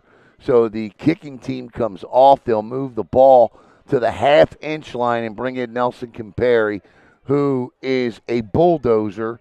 And as long as the snap is good, Campari will get in and make this an 8-point game. They may have to take a timeout. They cannot screw this 2-point conversion up. And now they're going to bring in Patrick Knight, no, they're not.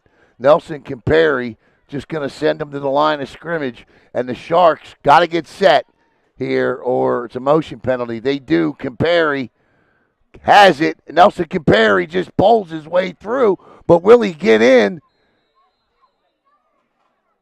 No signal yet.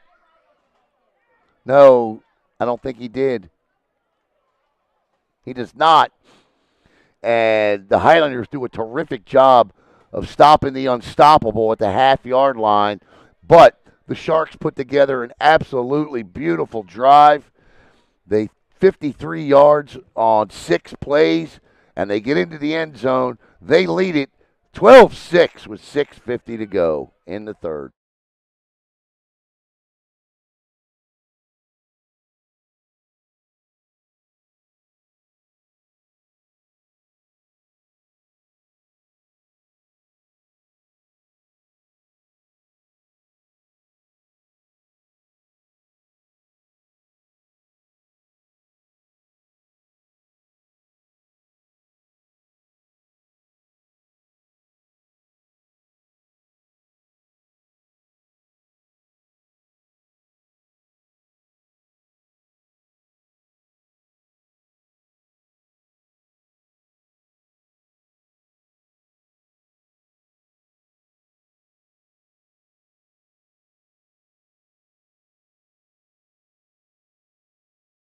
Sharks defense about to take the field again, and they have been absolutely terrific tonight. They've forced 3 turnovers, 5 sacks, and they've done it against one of the top offenses in the AA division of the EAFL. A team that's averaging 40 points per game tonight has 6 with 6:50 to play in the third.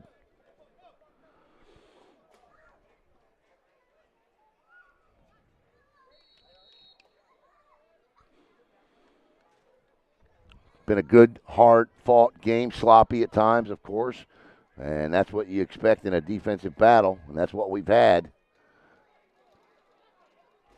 And the return by Isaiah Thomas.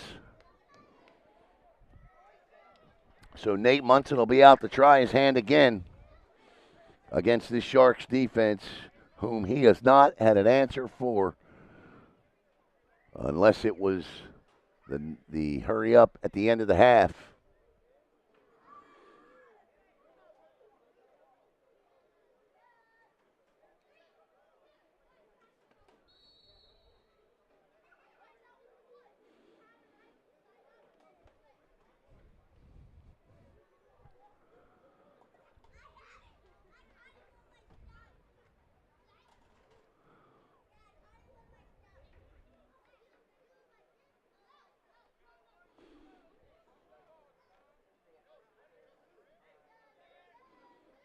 They'll come out with 4 wide receivers. Darius Daniels to the left of Nate Munson. Munson gives to Daniels straight. And look at Daniels go. Daniels cuts back. I'm not sure where he's going now, but cuts all the way back and gets out across the 50. And what a run by Daniels, his best of the night. And the Highlanders have crossed the Sharks, have crossed the 50 into Sharks territory. And the run by Daniels has them 1st and 10 at the Sharks 42. Great job. The acceleration, once he got through the hole, shocked everybody on the Sharks defense. And then for some reason he ran 8 yards backwards and then turned and cut upfield. Munson with 6:20 to go gives the Daniels again up the middle again. So they've seen something up the middle they like, obviously. Daniels right back to it, and what do you know? They're going with quick huddle here, quick huddle. At least they were. Daniels bounced right back up and ran a 4.3 40 back to the huddle. So I thought they were going right back to the line of scrimmage again.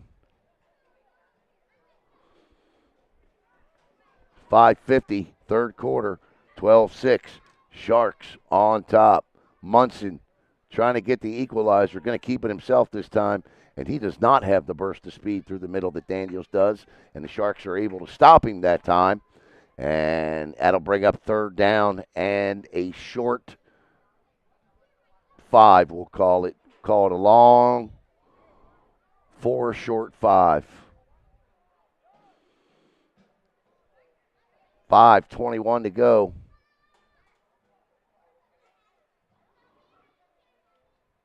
Big play here for both teams. Is it 4-down territory? If Dunedin doesn't make it,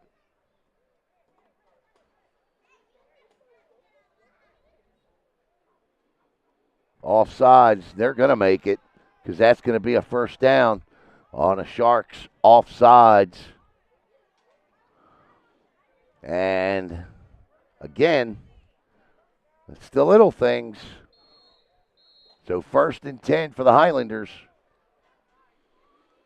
at the Sharks 30-yard line. So Nate Munson trying to answer Patrick Knight's drive with one of his own. 4:43 to play in the third.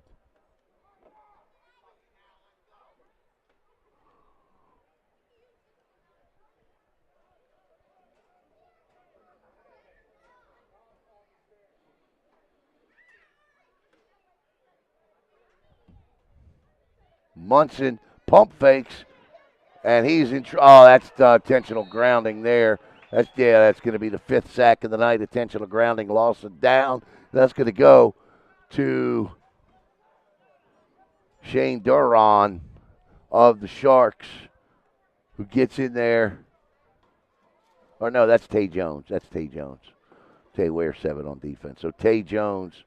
So that's intentional grounding, loss of down. Oh, what? He's saying like a hit to the head, or I horse collar, called it a horse collar. So it's going the other way. So, oh, wow, what a turn of events this is. A sack was apparently done via the horse collar, grabbing him by the back of the jersey area there, up around the neck. And now it is now 1st and 10 inside the Port Java red zone. Munson, straight up the gut goes Daniels, and he down to about the 7. And Dunedin quickly back to the line of scrimmage, trying to catch the Sharks, and a change. That was a wildcat look right there.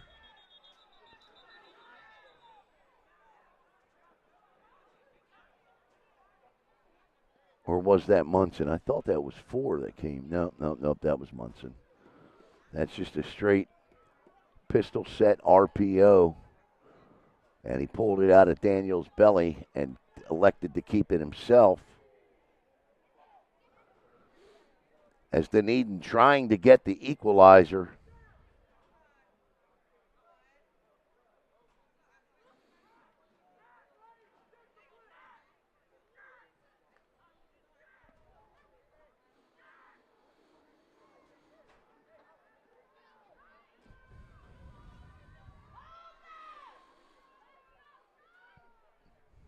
Here we go. First and goal now. From inside the 5, Dunedin. 3:52 to play in the third. Munson throws. Caught! No, dropped. Dropped. Had it and dropped it.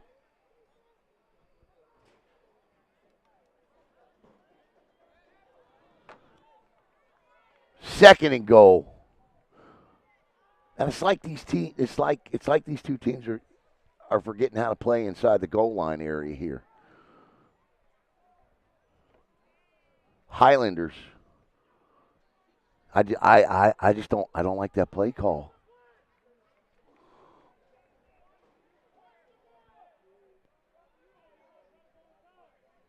Munson. He's got 3 wide receivers with Daniels to his left. Throws, and that ball is batted down, and now it's third down and goal for the Highlanders. And the Sharks defense stepping up here, as did the Highlanders back in the first half when the Sharks were pushed back from a first and goal at the half-foot line to third and goal from the 17. And the Highlanders are going to take a timeout, and so are we. We'll step aside here with 3:40 to play in the third, back with the third and goal.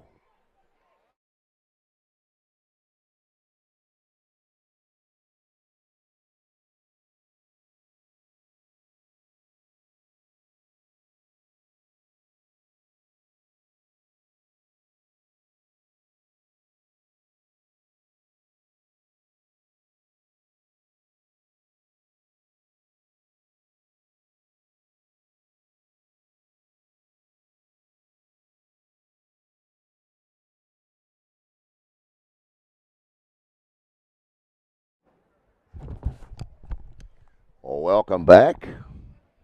Check the Kentucky Derby results in case anybody cares. Sovereignty wins the Kentucky Derby.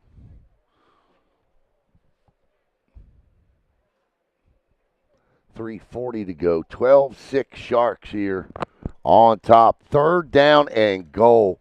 Dunedin looking for a win. If they can get it, the division and home field advantage in the playoffs belong to the Highlanders. If the Sharks can pick up this win, it's on to the Lakeland Jokers next week, and a winner take all. 3:40. Munson trying here to get a hard snap count. And the ball slow, low snap. Munson will not have a chance. And the Sharks defense on the bad snap take advantage, and they will force a loss on the play and a fourth and goal from the 7. And no hesitation at all. Munson lines them right back up. 2 wide receivers to the far side, 1 to the near side. Daniels to the left of Munson.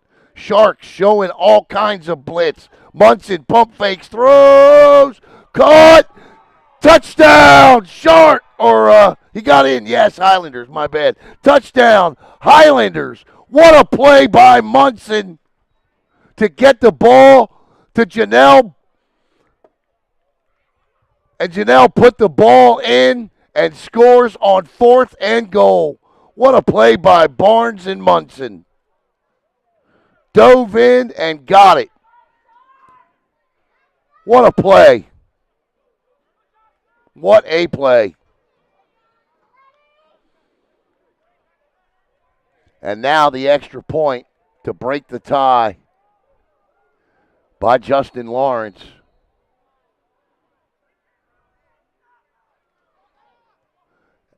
He missed it. He shanked it.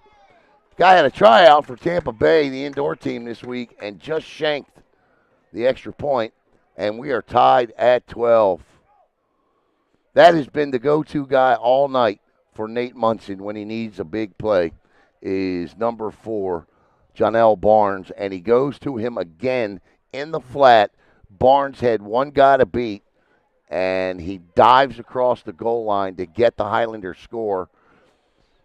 And with 2:55 to go, we are once again knotted up at 12. What a football game we've got going on now. Battle for division supremacy here tonight at the O-Dome in Merritt Island.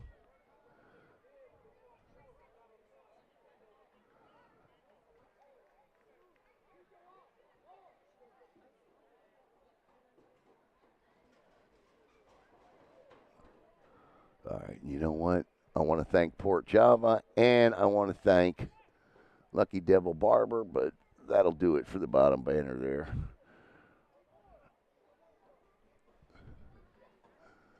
We don't want to see a portion of the touchdowns there as the game is this good, this late. So we keep the scoreboard, and I'll tell you all about Lucky Devil in Port Java. How about that? Two great sponsors for the Sharks. That ball rolls into the end zone and out of the end zone. So the Sharks will get it first and 10 at the 20 with 2:55 to go in the third. Sharks with a great drive. The last time they touched the football, they went 53 yards in 6 plays to take the 12-6 lead. An outstanding drive there by Nate Munson. And the Highlanders have now scored on 2 of their last 3 drives. They scored just before the half. Went 3 and out to start the second half, and then scored on that drive to answer who wants it more. It will be the better conditioned team. It will be the team that bears down more here, as we have 17 minutes and 55 seconds left to play. 2:55 in the third quarter. McKnight with a back in the backfield. Wide receivers are double split equally to give it to the running back, and he tries to come through the hole, but there's not much there. And stepping in was Austin Baker, the linebacker, shutting that door quickly and holding the Sharks to no gain.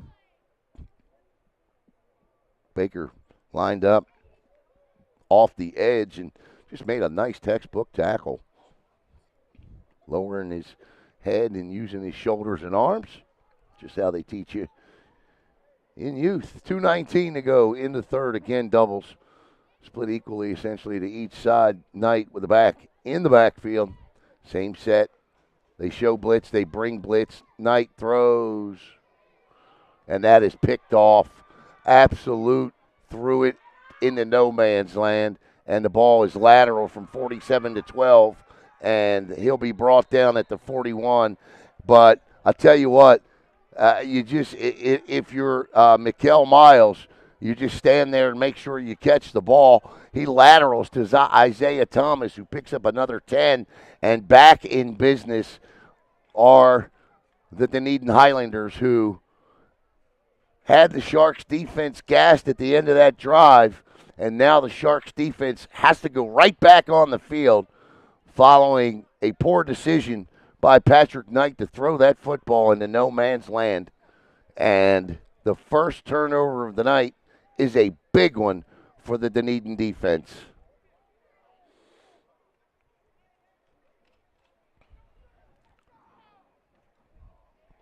We'll see if Munson takes a shot here on first down.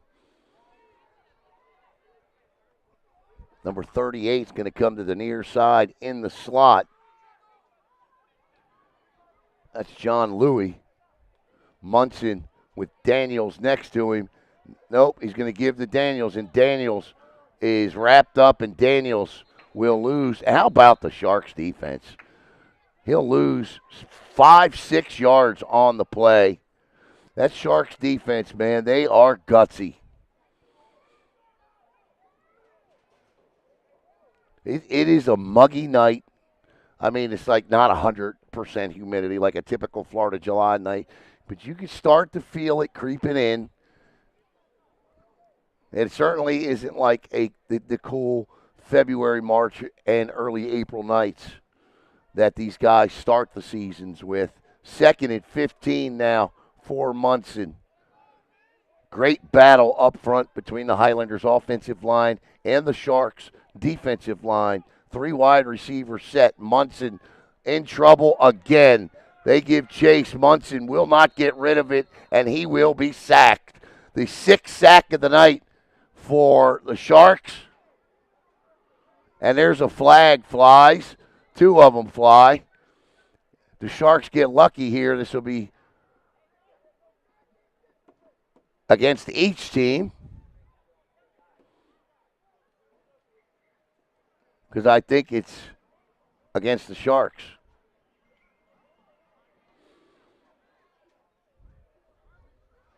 So it's 2nd and 15.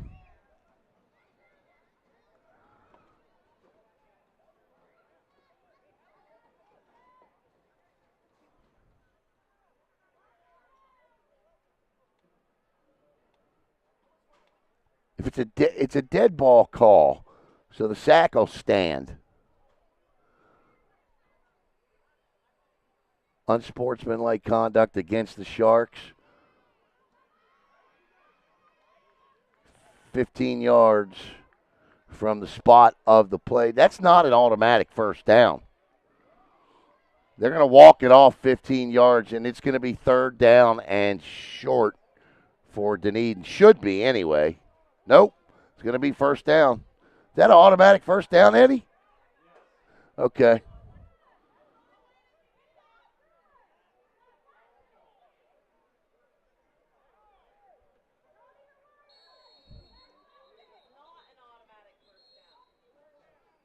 I didn't think it was.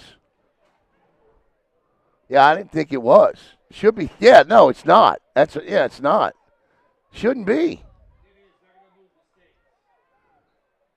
Okay, it is, I guess. Okay, so 1st and 10. I know, like on a pass interference in college, if it's 3rd and 20 and it's a 15-yard penalty, it's 3rd and 5. I didn't know that was an automatic 1st down because they'd still have been 5 yards short. Oh, here comes the blitz, and Munson gets out of that, and he is not. The ball's out. That ball's out, and they blew the whistle. That's going to be another sack, though, of Munson. And that's the 2nd straight sack by Lorenzo McDowell. They blew the whistle. And that will be a loss of 9. And it'll be 8, 2nd and 18. And that's the 8th sack of the night. 7th sack of the night by the Sharks. 2nd in a row by McDowell. And that's the end of the 3rd quarter. Let me get my bearings. You get yours. Grab the popcorn. Let's go to the 4th.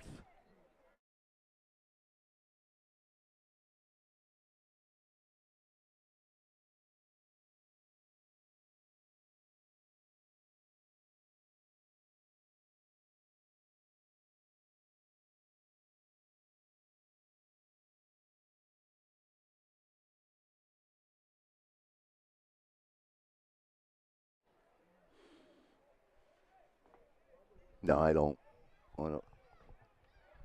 That was a hell of a game.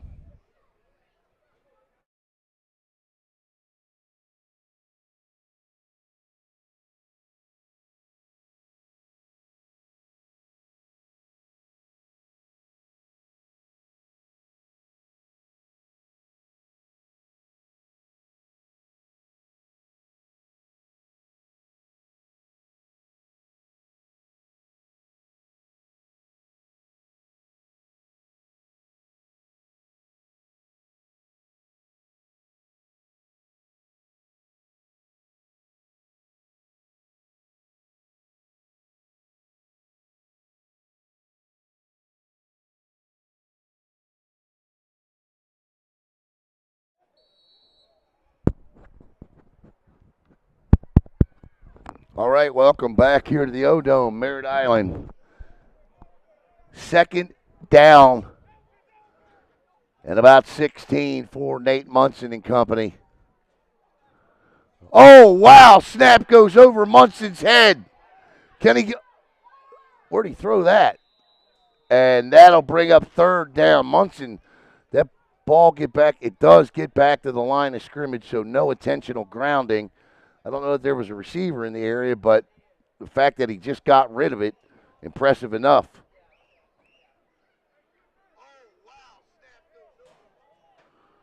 So, catches a break there. 3rd down and 18, 17-18 to go.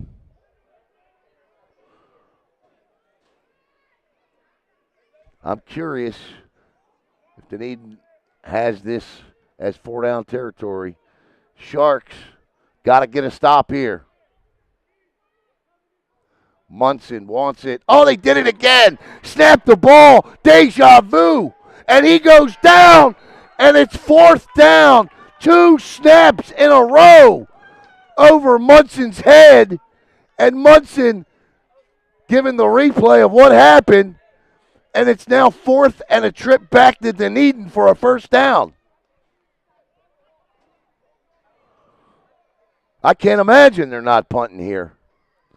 Yeah, here's the punter. Munson's standing there like, what are you doing out here? And he's like, I'm kicking the ball, son. Get off the field. But Munson counts the players. Maybe he's the up guy on the punt. I'm not sure. As Kevin Custodio, I believe that's who it is. Punt, yeah, Munson's the up guy. And little hurdle there. That ball takes a tremendous bounce, picked up by Cam Harris. Harris out across the 20, and he'll be brought down at the 21. It's a good job Cam picked that up. As Harris also gives a lesson in drama on how to fall. Didn't draw the flag, though. 13:51 to play in the game. 12-12. Dunedin fans holding their breath. They want the division title and home field advantage.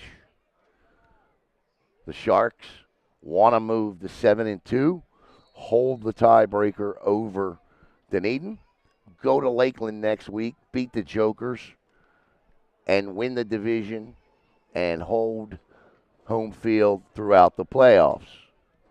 This is the most critical 2-week stretch of the Sharks' 3-year existence. 1st and 10. Quick pitch.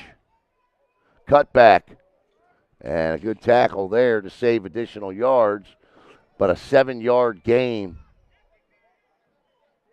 by Jarvell Francis.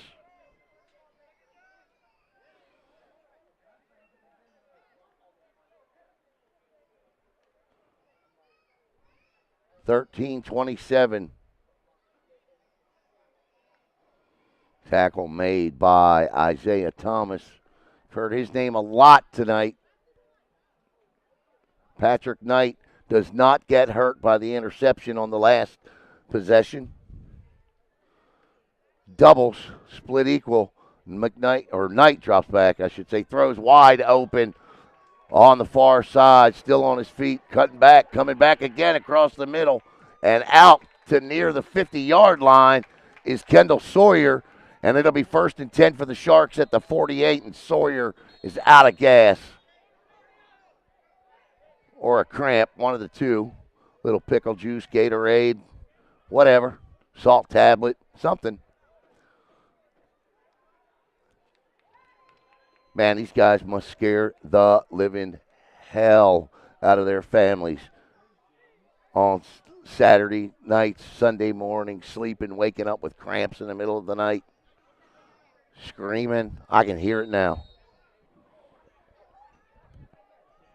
That is not a pleasant feeling. You ever been on a bus when you played sports? Well, I played hockey, and we'd come back on a bus sometimes. There'd be some guy at 3 o'clock in the morning, inevitably, that would scream with a cramp and just scare the rest of the bus. 12:35 to go. The give outside. Good run, still on his feet. And shimmies and shakes. Out across the 52, Highlander territory. Javius Mason checks in.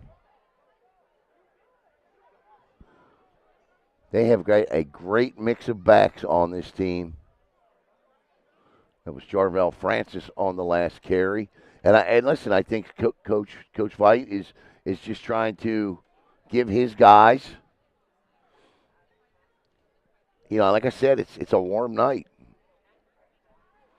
11:48 to go. Still a long way. Knight turns, gives to the new back, Mason, and he does not pick up much, if anything, and that's going to, he loses a half yard, in fact, and that's going to make it 3rd down and 4. 3. Short 4, long 3. Knight with the play.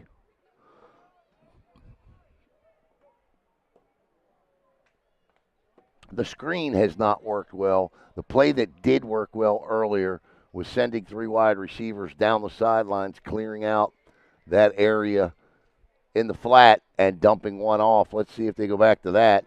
Nope. Throws and incomplete. So it'll be 4th down and 3 here. And decision time, I think you got to punt it and pin them. And that's exactly what the Sharks will do. Is punt it and pin them. Keep in mind that we already discussed the special teams tonight. I've considered it to be lucky. Both teams have had several opportunities to block punts, and both punters have done a terrific job getting the ball off tonight.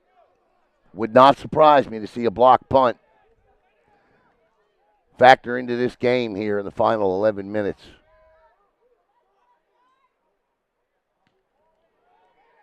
And that is an absolute beaut right there, picked up by Jonell Barnes at about the 3. Probably should have let that thing go in the end zone because that's where it was headed. But he picked it up, and now the Highlanders will have 1st and 10 deep in their own territory at about the 10, maybe the 9. As Nate Munson leads them out with 10:49 to play in the game. Can Munson lead them on a division-winning home field advantage in the playoff type drive here?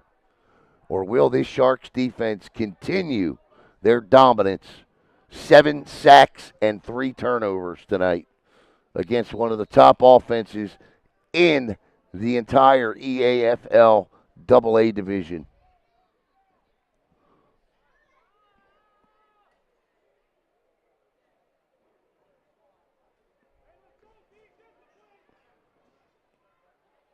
Munson leads them out. Wide receiver split. Near side is Ryan Hansen. In the backfield is Darius Daniels. The give is to Daniels, and Daniels is absolutely blown up in the backfield. And now it's 2nd and 13 from about the 3. The offensive line, it was as if they just moved right out of the way.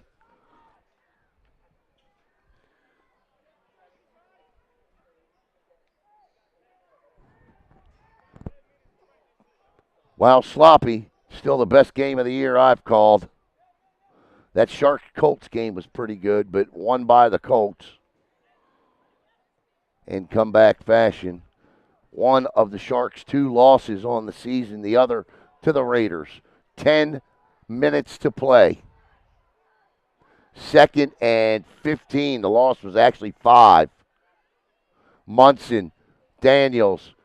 Munson looks, fires near side. Caught, got to make the tackle, does. And tackle made by Hassan Childs on Ryan Henson. And that'll bring up 3rd down. That was a gain of about 8 to bring up 3rd and 7. 9:25 in running. Now the receiver, when you need a play, call Jonell Barnes. He's split near side here. There he is right there. You know, Nate knows where he is. Here comes Biz Pohl on the same side. Their top 2 receivers lined up on the same side. Now Pohl goes back to the other side. I was going to say, he better get back. And Daniel splits out. Wow, oh, no. False start. And that'll take away the catch and back them up 5 yards.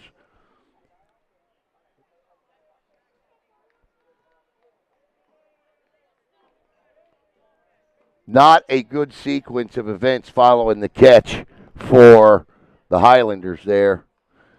And I'll tell you another thing. Now would not be a good time to snap the ball over the head of the quarterback either. Nate Munson, who had that happen twice on the last drive. 3rd down and 13 now following the loss of 5. Munson tells Biz Pool where to go. Blitz. Munson throws. And it's too far down the field. And that's going to bring up 4th down and 14. And now the need is punting from the back of their end zone with 8:20 to go in the game. Nice job by the Sharks. 12-12. You see the score on top of the board.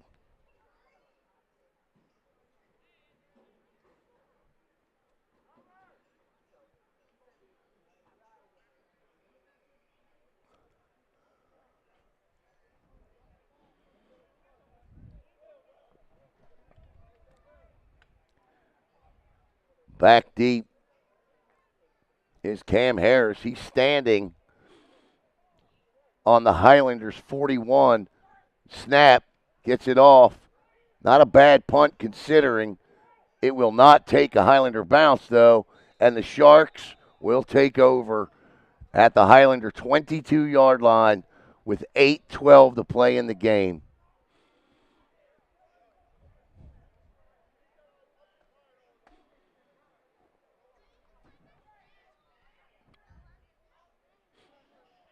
This is where we're going to find out. You know, I wrote in the preview of this that the Sharks were in the same exact position last season coming into this game. First place with an opportunity to get there and have home field. And they ended up losing and didn't have a home playoff game. And we're going to find out how far they've come as a franchise here in the next 8 minutes and 12 seconds because this is the golden ticket here. 1st and 10 at the 21. And that's going to be offside. It's going to be 1st and 5.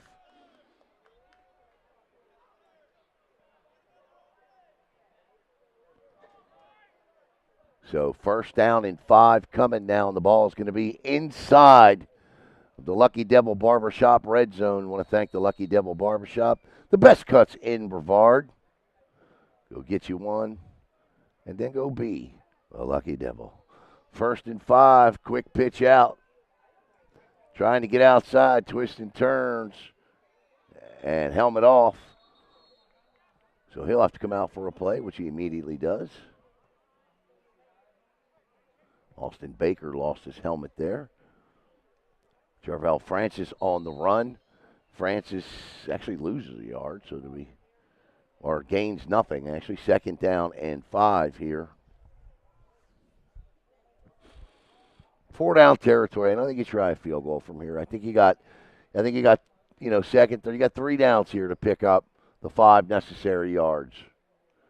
Put yourself inside the 10, and then decide what's best.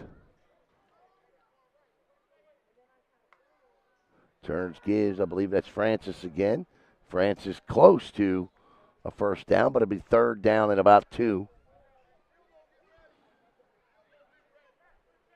3.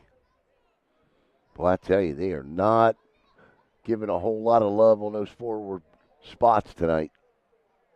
Ball dead on to 15.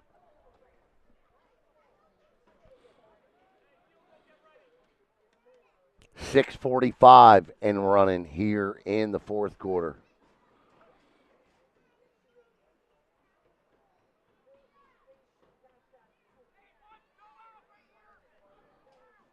Patrick Knight, the quarterback. 3rd down and 3. Bryson Pretty A run blitz blows up everything, and Bryson Pretty goes down.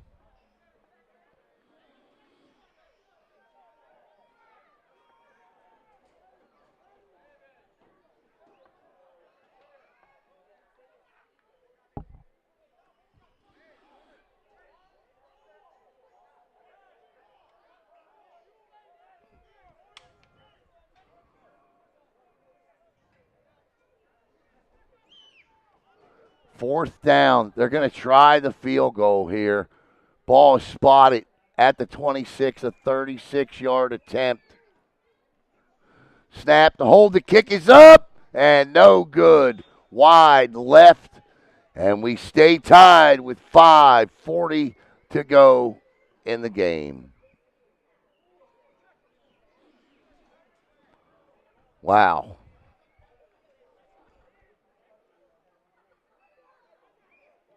So if you are the Highlanders here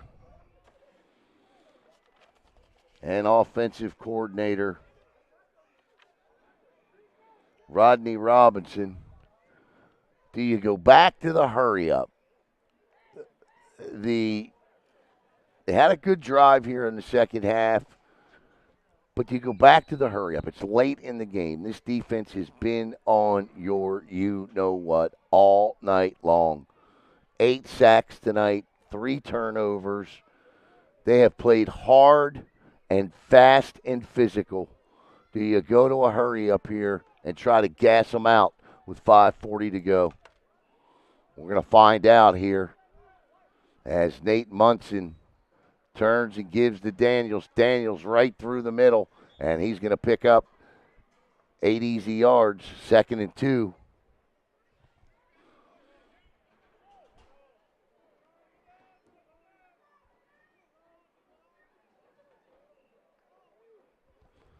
Not the game a lot of people expected.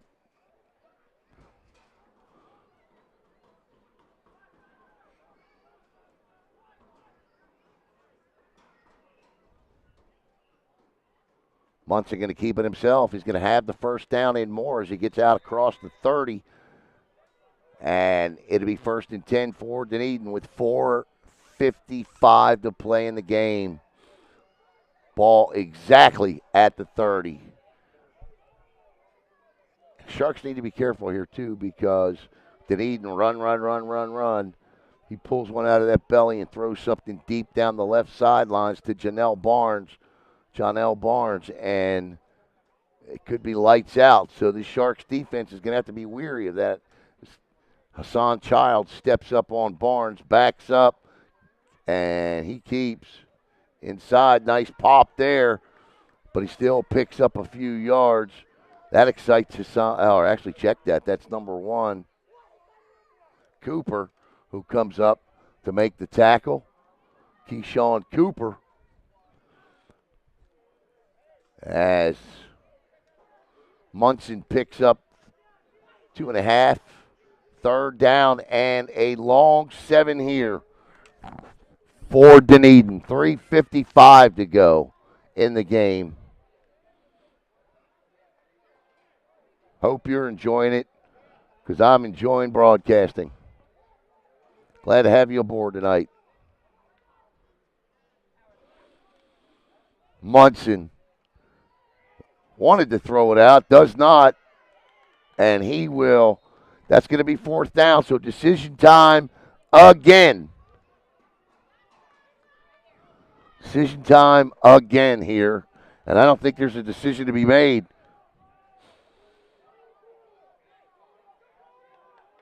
Wow, are they going to go? Oh, no. How's it 3rd down?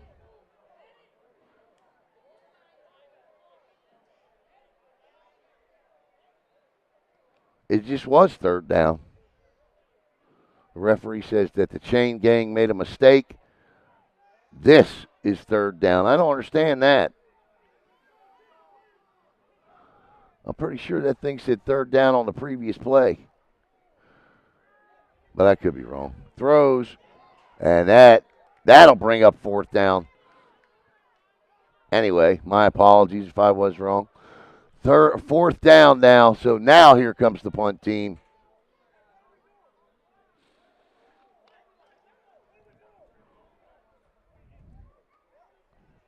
2:43 to go. Regardless, I'm not sure what the overtime rules are.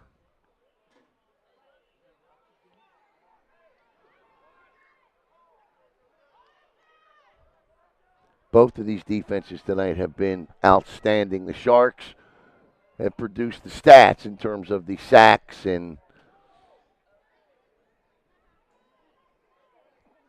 brings that one into the body, gets off a booming kick high in the air. Ball takes a bounce, a Dunedin bounce, all the way down. It'll go out of bounds at the Shark 28-yard line. 2:34 to play in this one. As the Sharks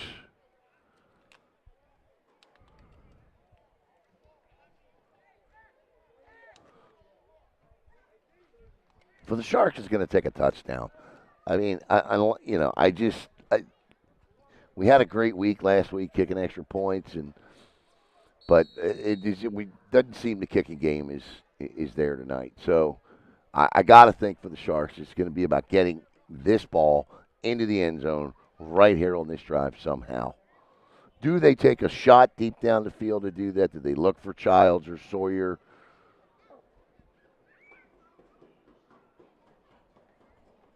Patrick Knight out of the huddle.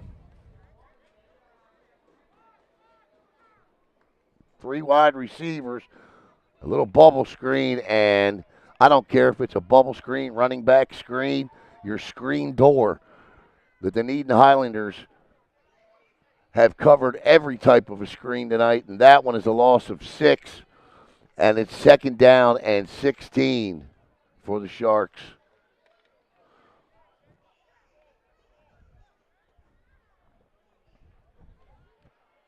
Five seconds away from the 2-minute warning. And that's exactly where we'll be at the 2-minute warning. All right, we'll step aside and bring you the final 2 minutes of this one right here on Brevard Sports Network.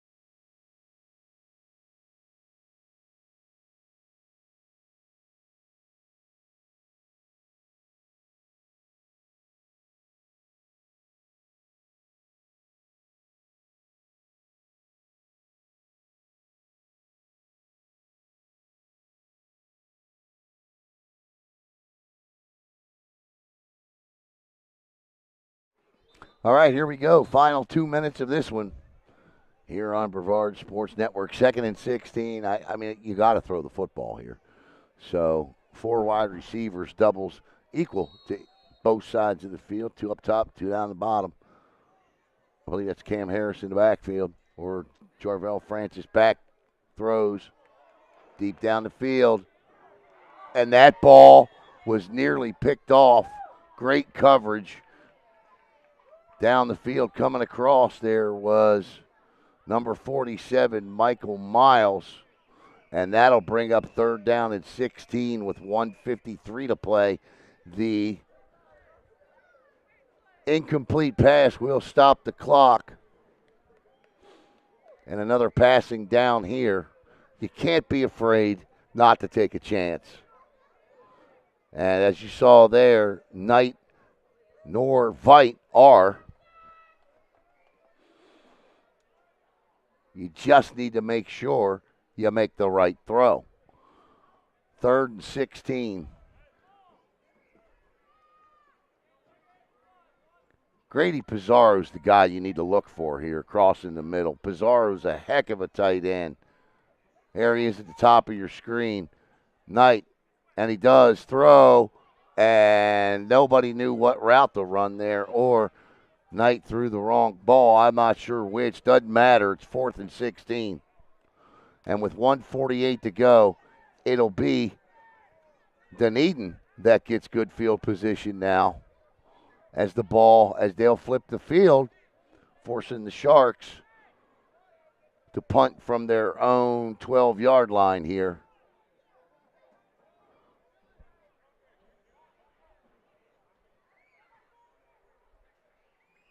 And I tell you what, Knight's lucky that wasn't a pick six.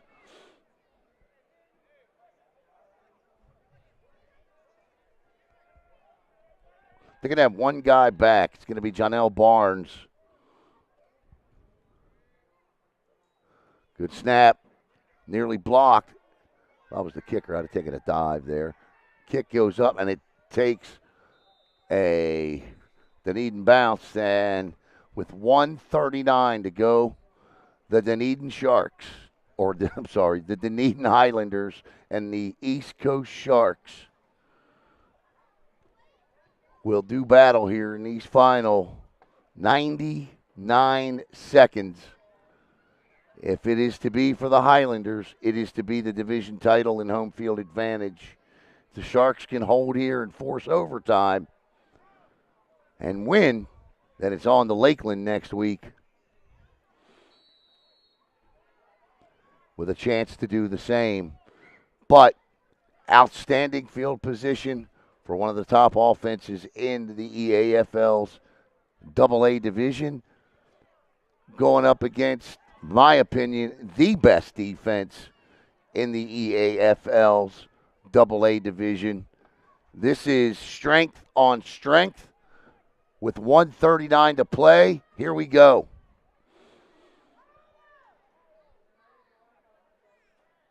Munson with Daniels to his right.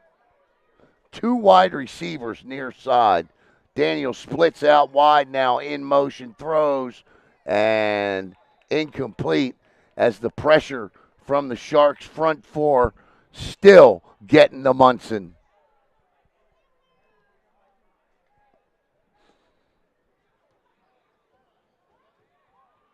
That time it was Caleb Wright and Tay Jones that got in there and blew it up.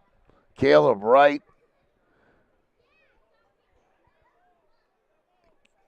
with a great burst of speed there. Tay Jones as well.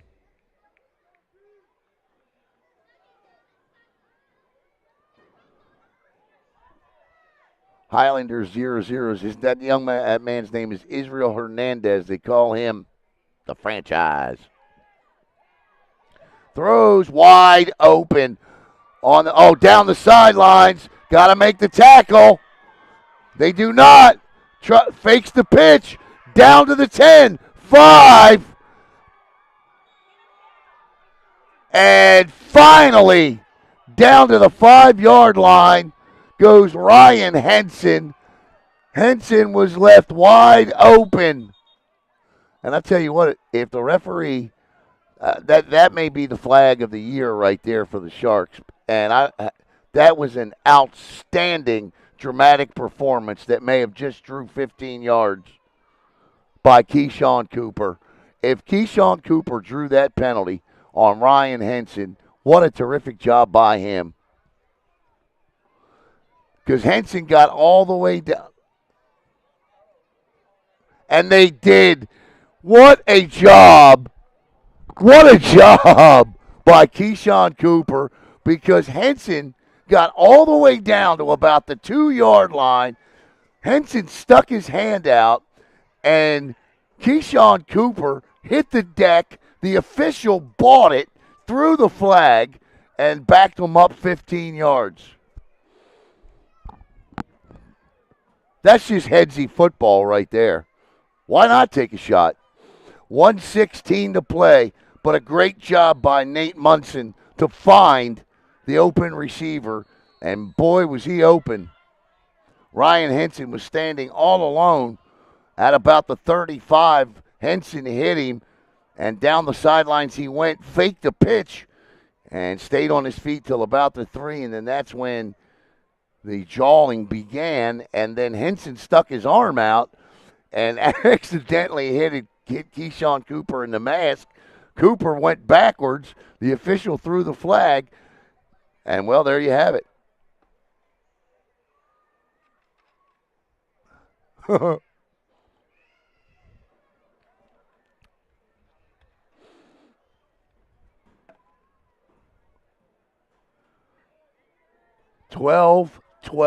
It's not ideal football, but back them up 15 yards. You'll take it. 1:11 to go. Munson going to keep it, and he's going to go down hard and lose yards again. That was a designed run. In there on a stop was Nate Yankee, and that's going to bring up second down and about 16 from now the 23 with 53 seconds to go. And they're going to run this down and try to kick a game-winning field goal here. Neither kicker tonight. Let me just say this. I wouldn't put my chips on the middle of the table on any of them tonight. Daniels to the right of Munson. It'll be a 4 wide receiver set for Dunedin. 28 seconds to go. Munson not going to put this in the – well, yes, he is. No, he's going to keep it. He throws. Oh, he bounced it. He had a wide open receiver down here at the goal line, and he bounced it to him, Bizpool. And that's going to be 18 seconds to go. Third down and 16. Bizpool. Munson just couldn't get it to him, but Poole was all by himself. Third down and 16 with 18 seconds to go. What a game. What a finish. Can the Sharks make it a long trip back across the beach line in the I-4 corridor for Dunedin? Or will Dunedin come into the O-Dome? Throws it up. And incomplete. And now on for a game-winning field goal attempt is likely to be Justin Lawrence. Or are they going to take their chance in overtime? Yep, that's what they're going to do. They're going to take a timeout and talk about it. So it'll all come down to this. No field goal attempt, it doesn't look like. Don't see the kicker coming out.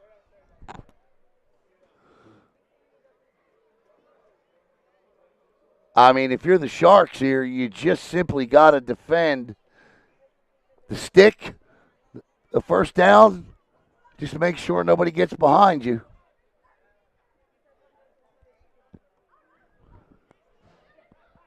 I mean, their kicker tried out for the Tampa Bay Storm of the Indoor Football League this past week, I believe.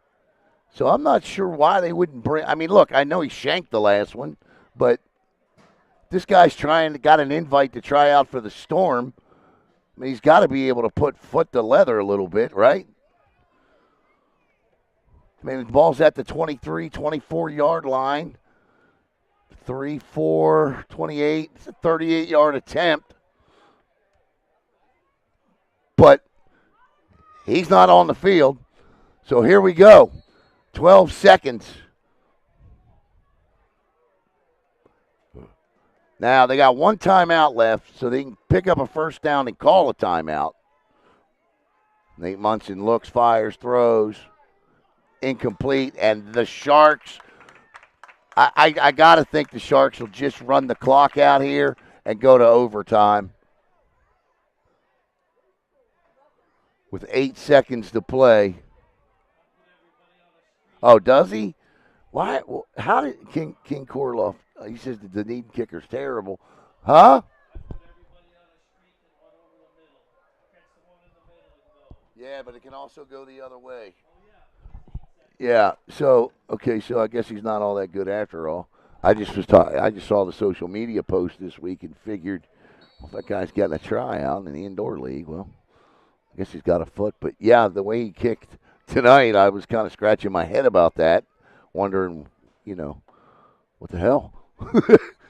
So looks like the Sharks are gonna throw one up here at least.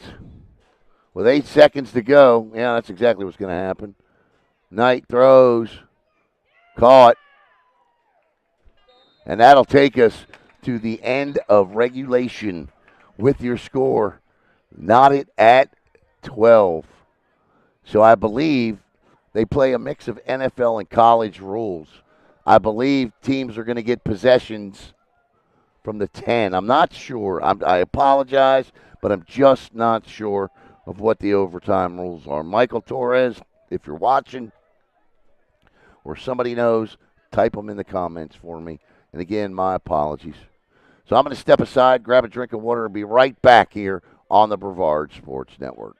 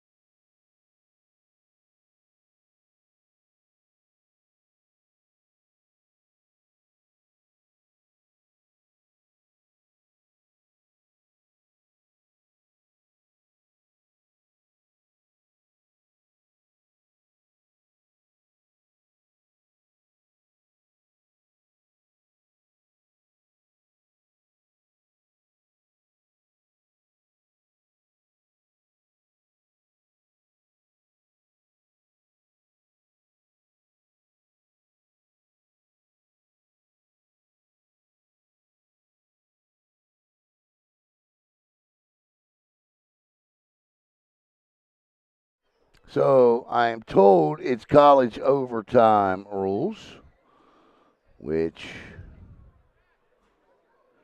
in the simplest term, if it's college, if it remains tied, let's see here. Each team gets one possession from the opponent's 25-yard line to begin overtime. If either team outscores the other during the first overtime period, that team wins the game. That's obvious. If it remains tied at the end of the first overtime, another time period is played between each team starting from the 25-yard line. If the game is still tied after two overtime periods, then the teams will alternate two-point conversion. So the EAFL has weighed in and said it's college rules. Those are the college rules. So we are going to overtime.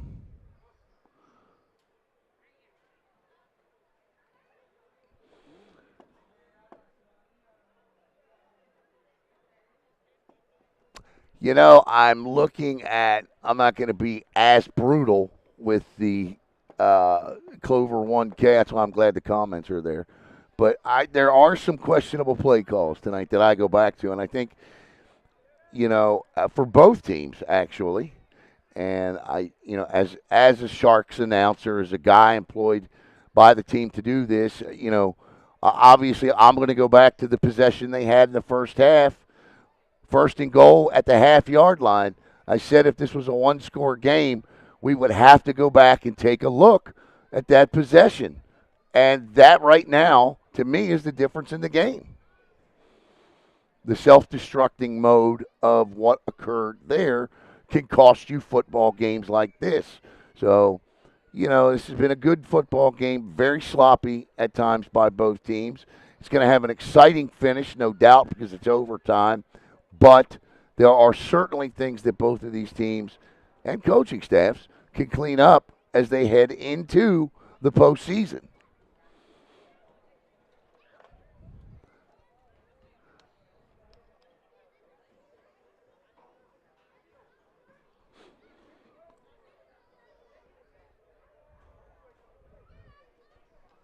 "12-12" is our score.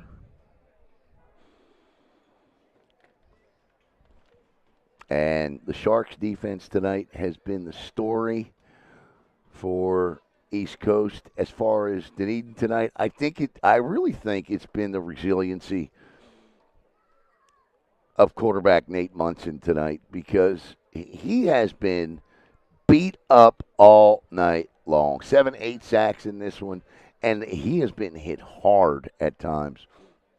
And he's gotten up, and he's made plays, and, obviously Dunedin's defense has done a good job here tonight as well, but I think you look at the play of Nate Munson tonight and what the Sharks defense has done to him.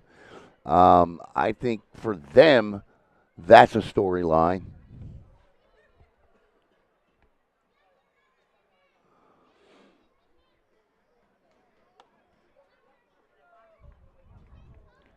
I think they're trying to figure out the overtime rules. Scott Veit coming back, pumped up. There you see Coach pumping the arms there.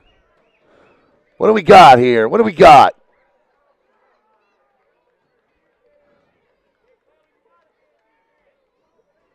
So we're going to go this side of the field, obviously, because that's where everybody's walking. So it should be first down at the 25. I'm guessing the Sharks, looks like they got the decision. You obviously defer and give Dunedin the ball first because both teams get a crack at it. So you give Dunedin the ball first.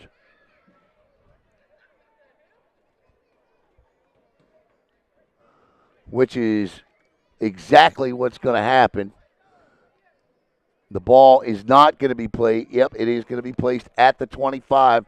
So here we go.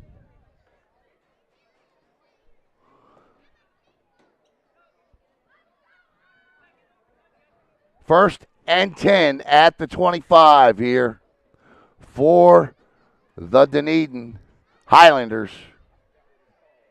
Great football game here tonight. Like I said, sloppy at times, but always overtime games are fun. Nate Munson with Daniels to his right. 3 wide receivers set. Munson turns, gives to Daniels, and he kind of matriculates his way through there for a gain of 5. 2nd and 5.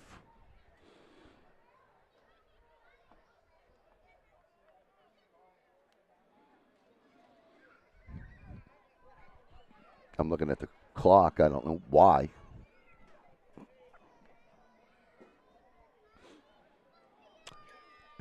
If the Highlanders score, the Sharks will still get an opportunity here. Munson, same set. Sharks show blitz. False start. And that's going to back them back up 5 yards. It'll be 2nd and 10. Oh, no, they called offsides. Okay. Wow. All right, so that's going to be 1st and 10 for Dunedin at the 15. That should move the sticks. And it will. So 1st and 10 for the Highlanders at the 15.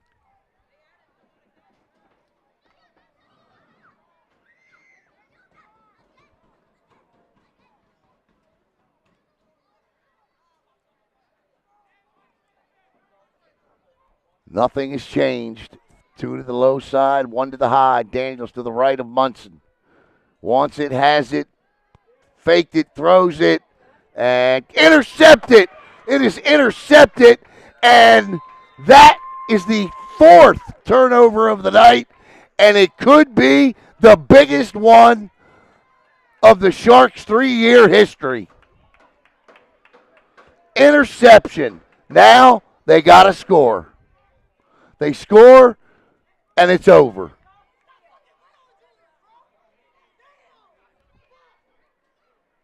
That obviously broke the wrong way. The wide receiver broke left. Munson threw it right. A miscommunication, and it ends up an interception and points off turnovers. They've only gotten 6 of those tonight off of the 3 previous ones. This would be the most critical. Doubles, 4 wide receivers set, 1 back in the backfield. Knight, your quarterback. He wants it. Man, that's, did he turn up too soon? This is Jarvell Francis, and Francis can find no room, and that may back up And the Sharks just picked up a dumb penalty, and it's going to back them up 15 yards. You just can't do that in overtime at any time. It's a dead ball foul, so it's going to be 2nd and 25.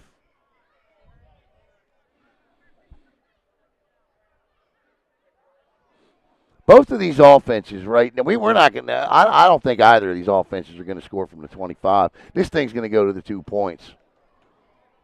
This is all the way back to the 42-yard line.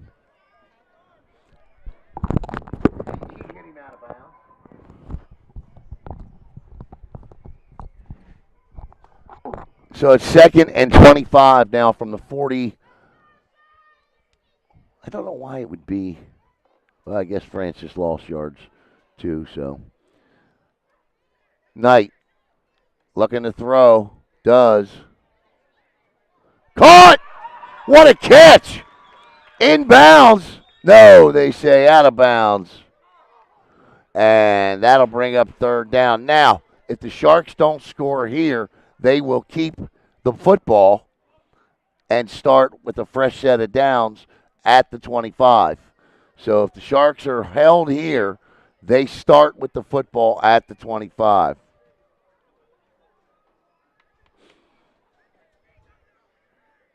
But then if they score, Dunedin will get a chance to score as well. So the Sharks will have back-to-back possessions here, or should. 1:20 to go. No, I'm sorry. Forget I just said that. I just looked at the clock and just habit. Knight backs up, throws deep down the field, overthrows his wide receiver. So it's 4th down, and I think here you just do the same thing. I think you just send your guys deep here and play a little John Madden video game. Hit the X button on this play. Why not? Bring in your tight end, which is what they're doing. Send him to about the 15. See if you can hit him, dot him across the middle. Bring in your speedster. See if you can't, look, you remember the Hail Mary from Jaden Daniels, and anything could happen, right? But you're going to have to put it up here, and that's for sure. Knight drops back, looking, and he throws. And, yep, it'll be complete, but it ain't going to matter. So the Sharks will get, it'll be 1st and 10 for the Sharks now from the 25. Sharks offense needs to stay on the field. I don't know why the defense is coming on. College rules are that, the offense has got to come back out on the field. Yeah.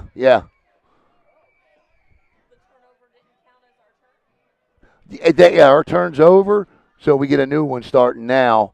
So it'll be 1st and 10 from the 25, right? So if Dunedin stops East Coast here and then they score, they would win.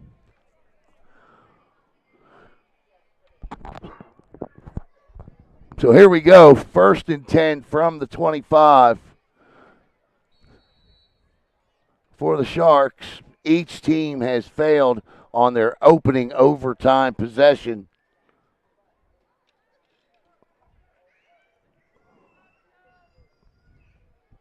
Knight throws, caught, spins, turns down to the 5, the 3, and it's 1st and goal for the Sharks at the 3. I would imagine it's Nelson Campari time. And, yep, there's number 2 coming on the field. Ball's at about the 3-yard line. Knight stays in 2. Nice throw from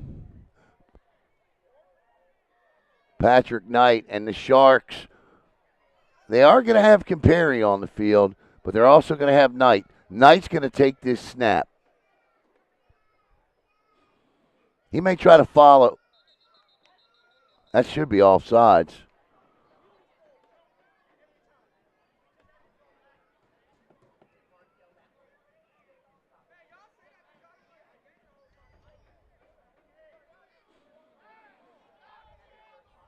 Yep, it is. So it'll be half the distance. They'll move the ball from the 3 to the 1.5. So it'll be first and goal from essentially the 2-point line.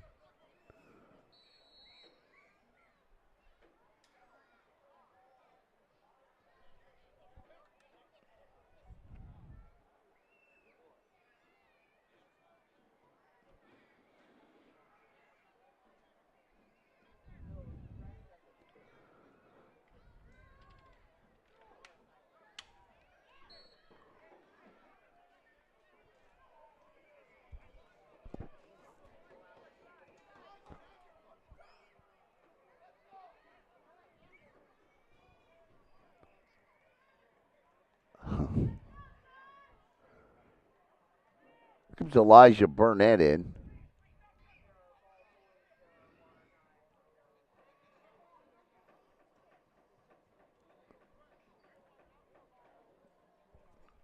Tw- 12-12. Here we go.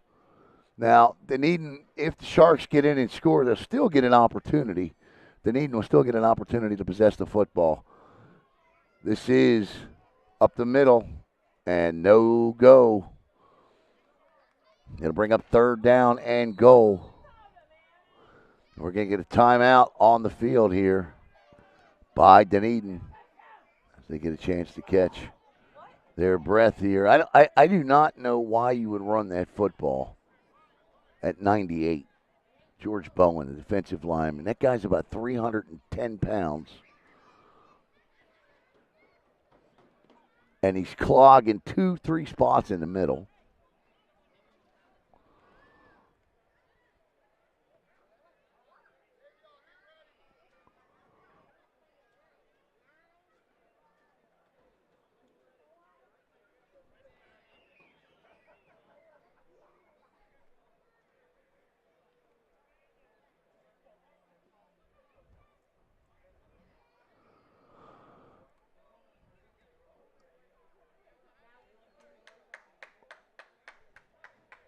And here we go.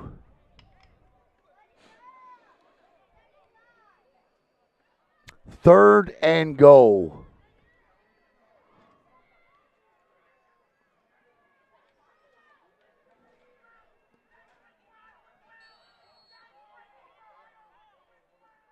I don't know what the coaches on the Dunedin sidelines are screaming about, but they are not happy about it. I mean, if they scream just a tad louder, I could hear them. Hear what they're saying. Nelson compare. Oh, no. What do we got? We got another offsides? I don't know what he's going to call. That's going to be a false start. How do you false start like that? Ooh, that'll back him up 5.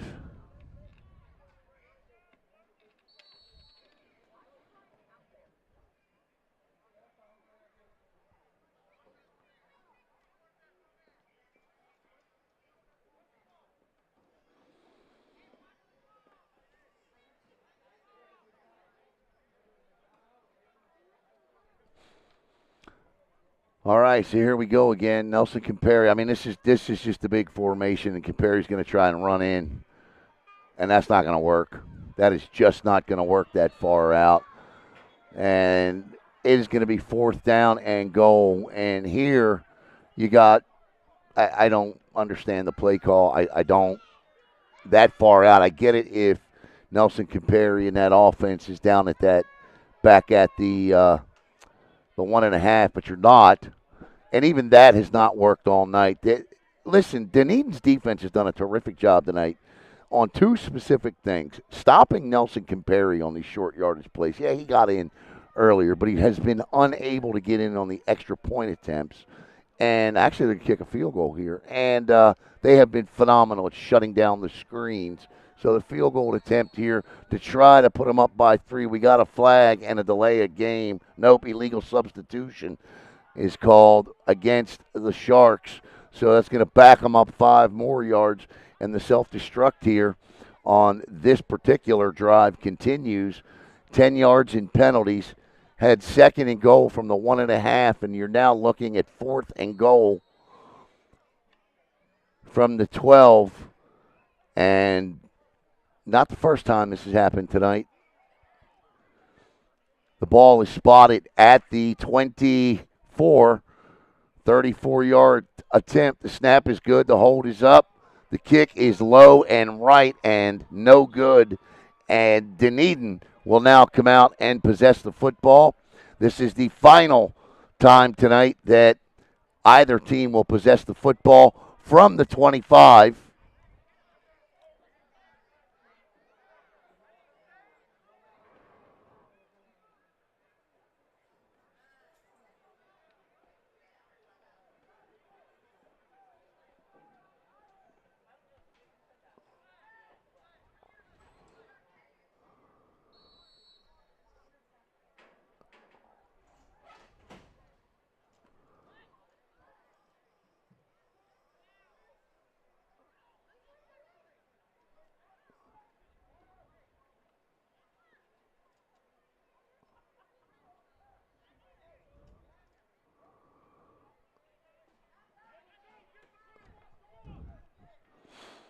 So here we go.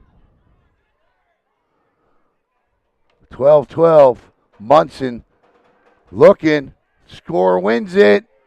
Hassan Childs nearly sent us to the 2 points portion of the overtime. And he dropped the interception, and that'll bring up 2nd down and 10 from the 25. Any score at all by Dunedin wins it.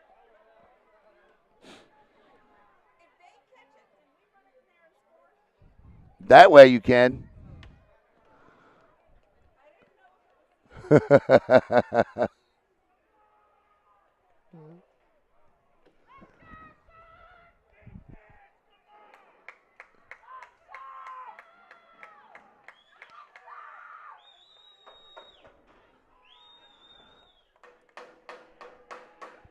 Munson throws, caught, and taken down. And that's a 1st down. So 1st and 10 for Dunedin from the 12 as the Highlanders again, if they get in and score, they win. What's that mean for them? Well, an 8-1 record, the AA South Division of the EAFL, and home field advantage throughout the playoffs. And I'm sure a wild celebration will erupt. The final possession from the 25 for either team in overtime. Munson drops back, looking, fires, throws, and nobody there. And that'll bring up 2nd down from the 14, 15.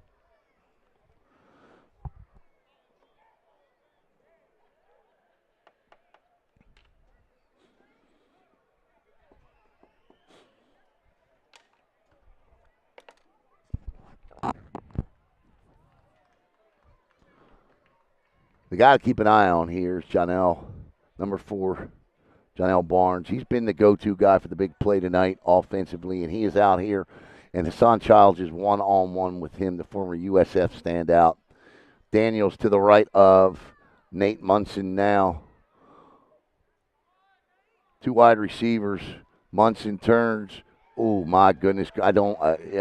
Blows it up, and the Sharks defense continues to shine when it needs to the most. And in there on the stop that time was number 54. That's Ryan Veit. And that brings up 3rd and 15. Now, they could still pick up a 1st down without scoring. But should they pick up a 1st down, it'd be 1st and goal from about the 4.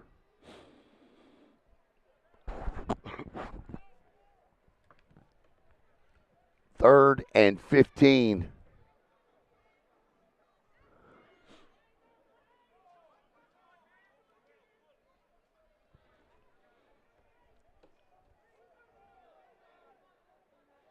Daniels kicks out, in motion left. Munson throws, intercepted, and that will end the drive. And now we will move on.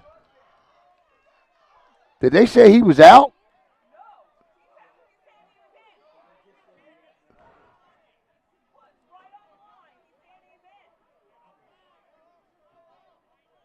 That's it for that drive. Now we go to the 2-point conversion. Each team will now get tries from the 2-point. Okay, so we're done with the 25 from the 25. Now what happens is they line up and go for competing 2-point conversions until one team stops the other. And that's what happens.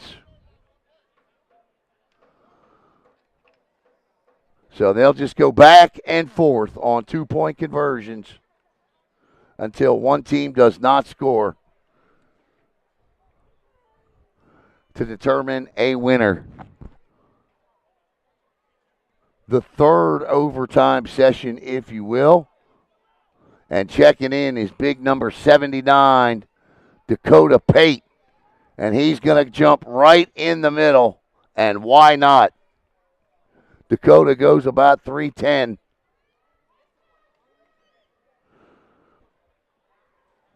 And the center comes out and like, hey, where you been all night? The franchise, Israel Hernandez and Dakota Pate. That's a good matchup. Munson throws, caught, or did he catch it? He does catch it. No, he does not. I just don't get that play call. I do not understand that play call.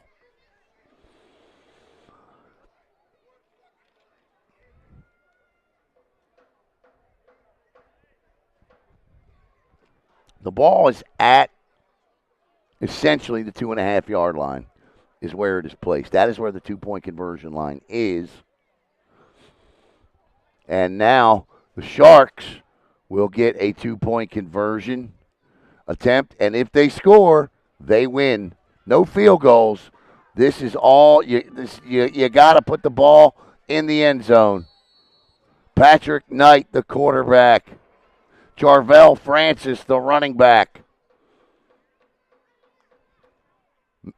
Looking, fires, throws, caught. Does he hang on? Touchdown! The Sharks win it in overtime! On a slant route to the back of the end zone, and even that wasn't easy as the ball bounces off his hands in the air, and he catches it for the win. Not a touchdown, but a 2-point conversion. And the Sharks win the football game 14-12. I don't know who caught that. Yeah, I couldn't tell. But he certainly made it interesting because the ball hit him in the hands, bounced up in the air, and now things get interesting as the Sharks will now travel to Lakeland to play the Jokers. A win there is the division and home field. I'm not sure what happens if there's a loss. We're going to have to find out. Let's not even talk about that, but the bottom line is great football game tonight by both these teams. Very sloppy at times, but in the end, they produce a dramatic one tonight as the Sharks defeat the Dunedin Highlanders tonight, 14-12. They hand the Highlanders their second loss in their last 3 games after starting 6-0. Dunedin has now gone 1-2 since then. Remember, they fired their coach as well after the one loss. So keep your eyes open tomorrow on social media. I want to thank Eddie Dufresne and the East Coast Sharks and all of you out there tonight for tuning in. The EAFL, Michael Torres and Man, what a game. So, once again, your final score, the East Coast Sharks 14, the Dunedin Highlanders 12. Have a great night, everyone.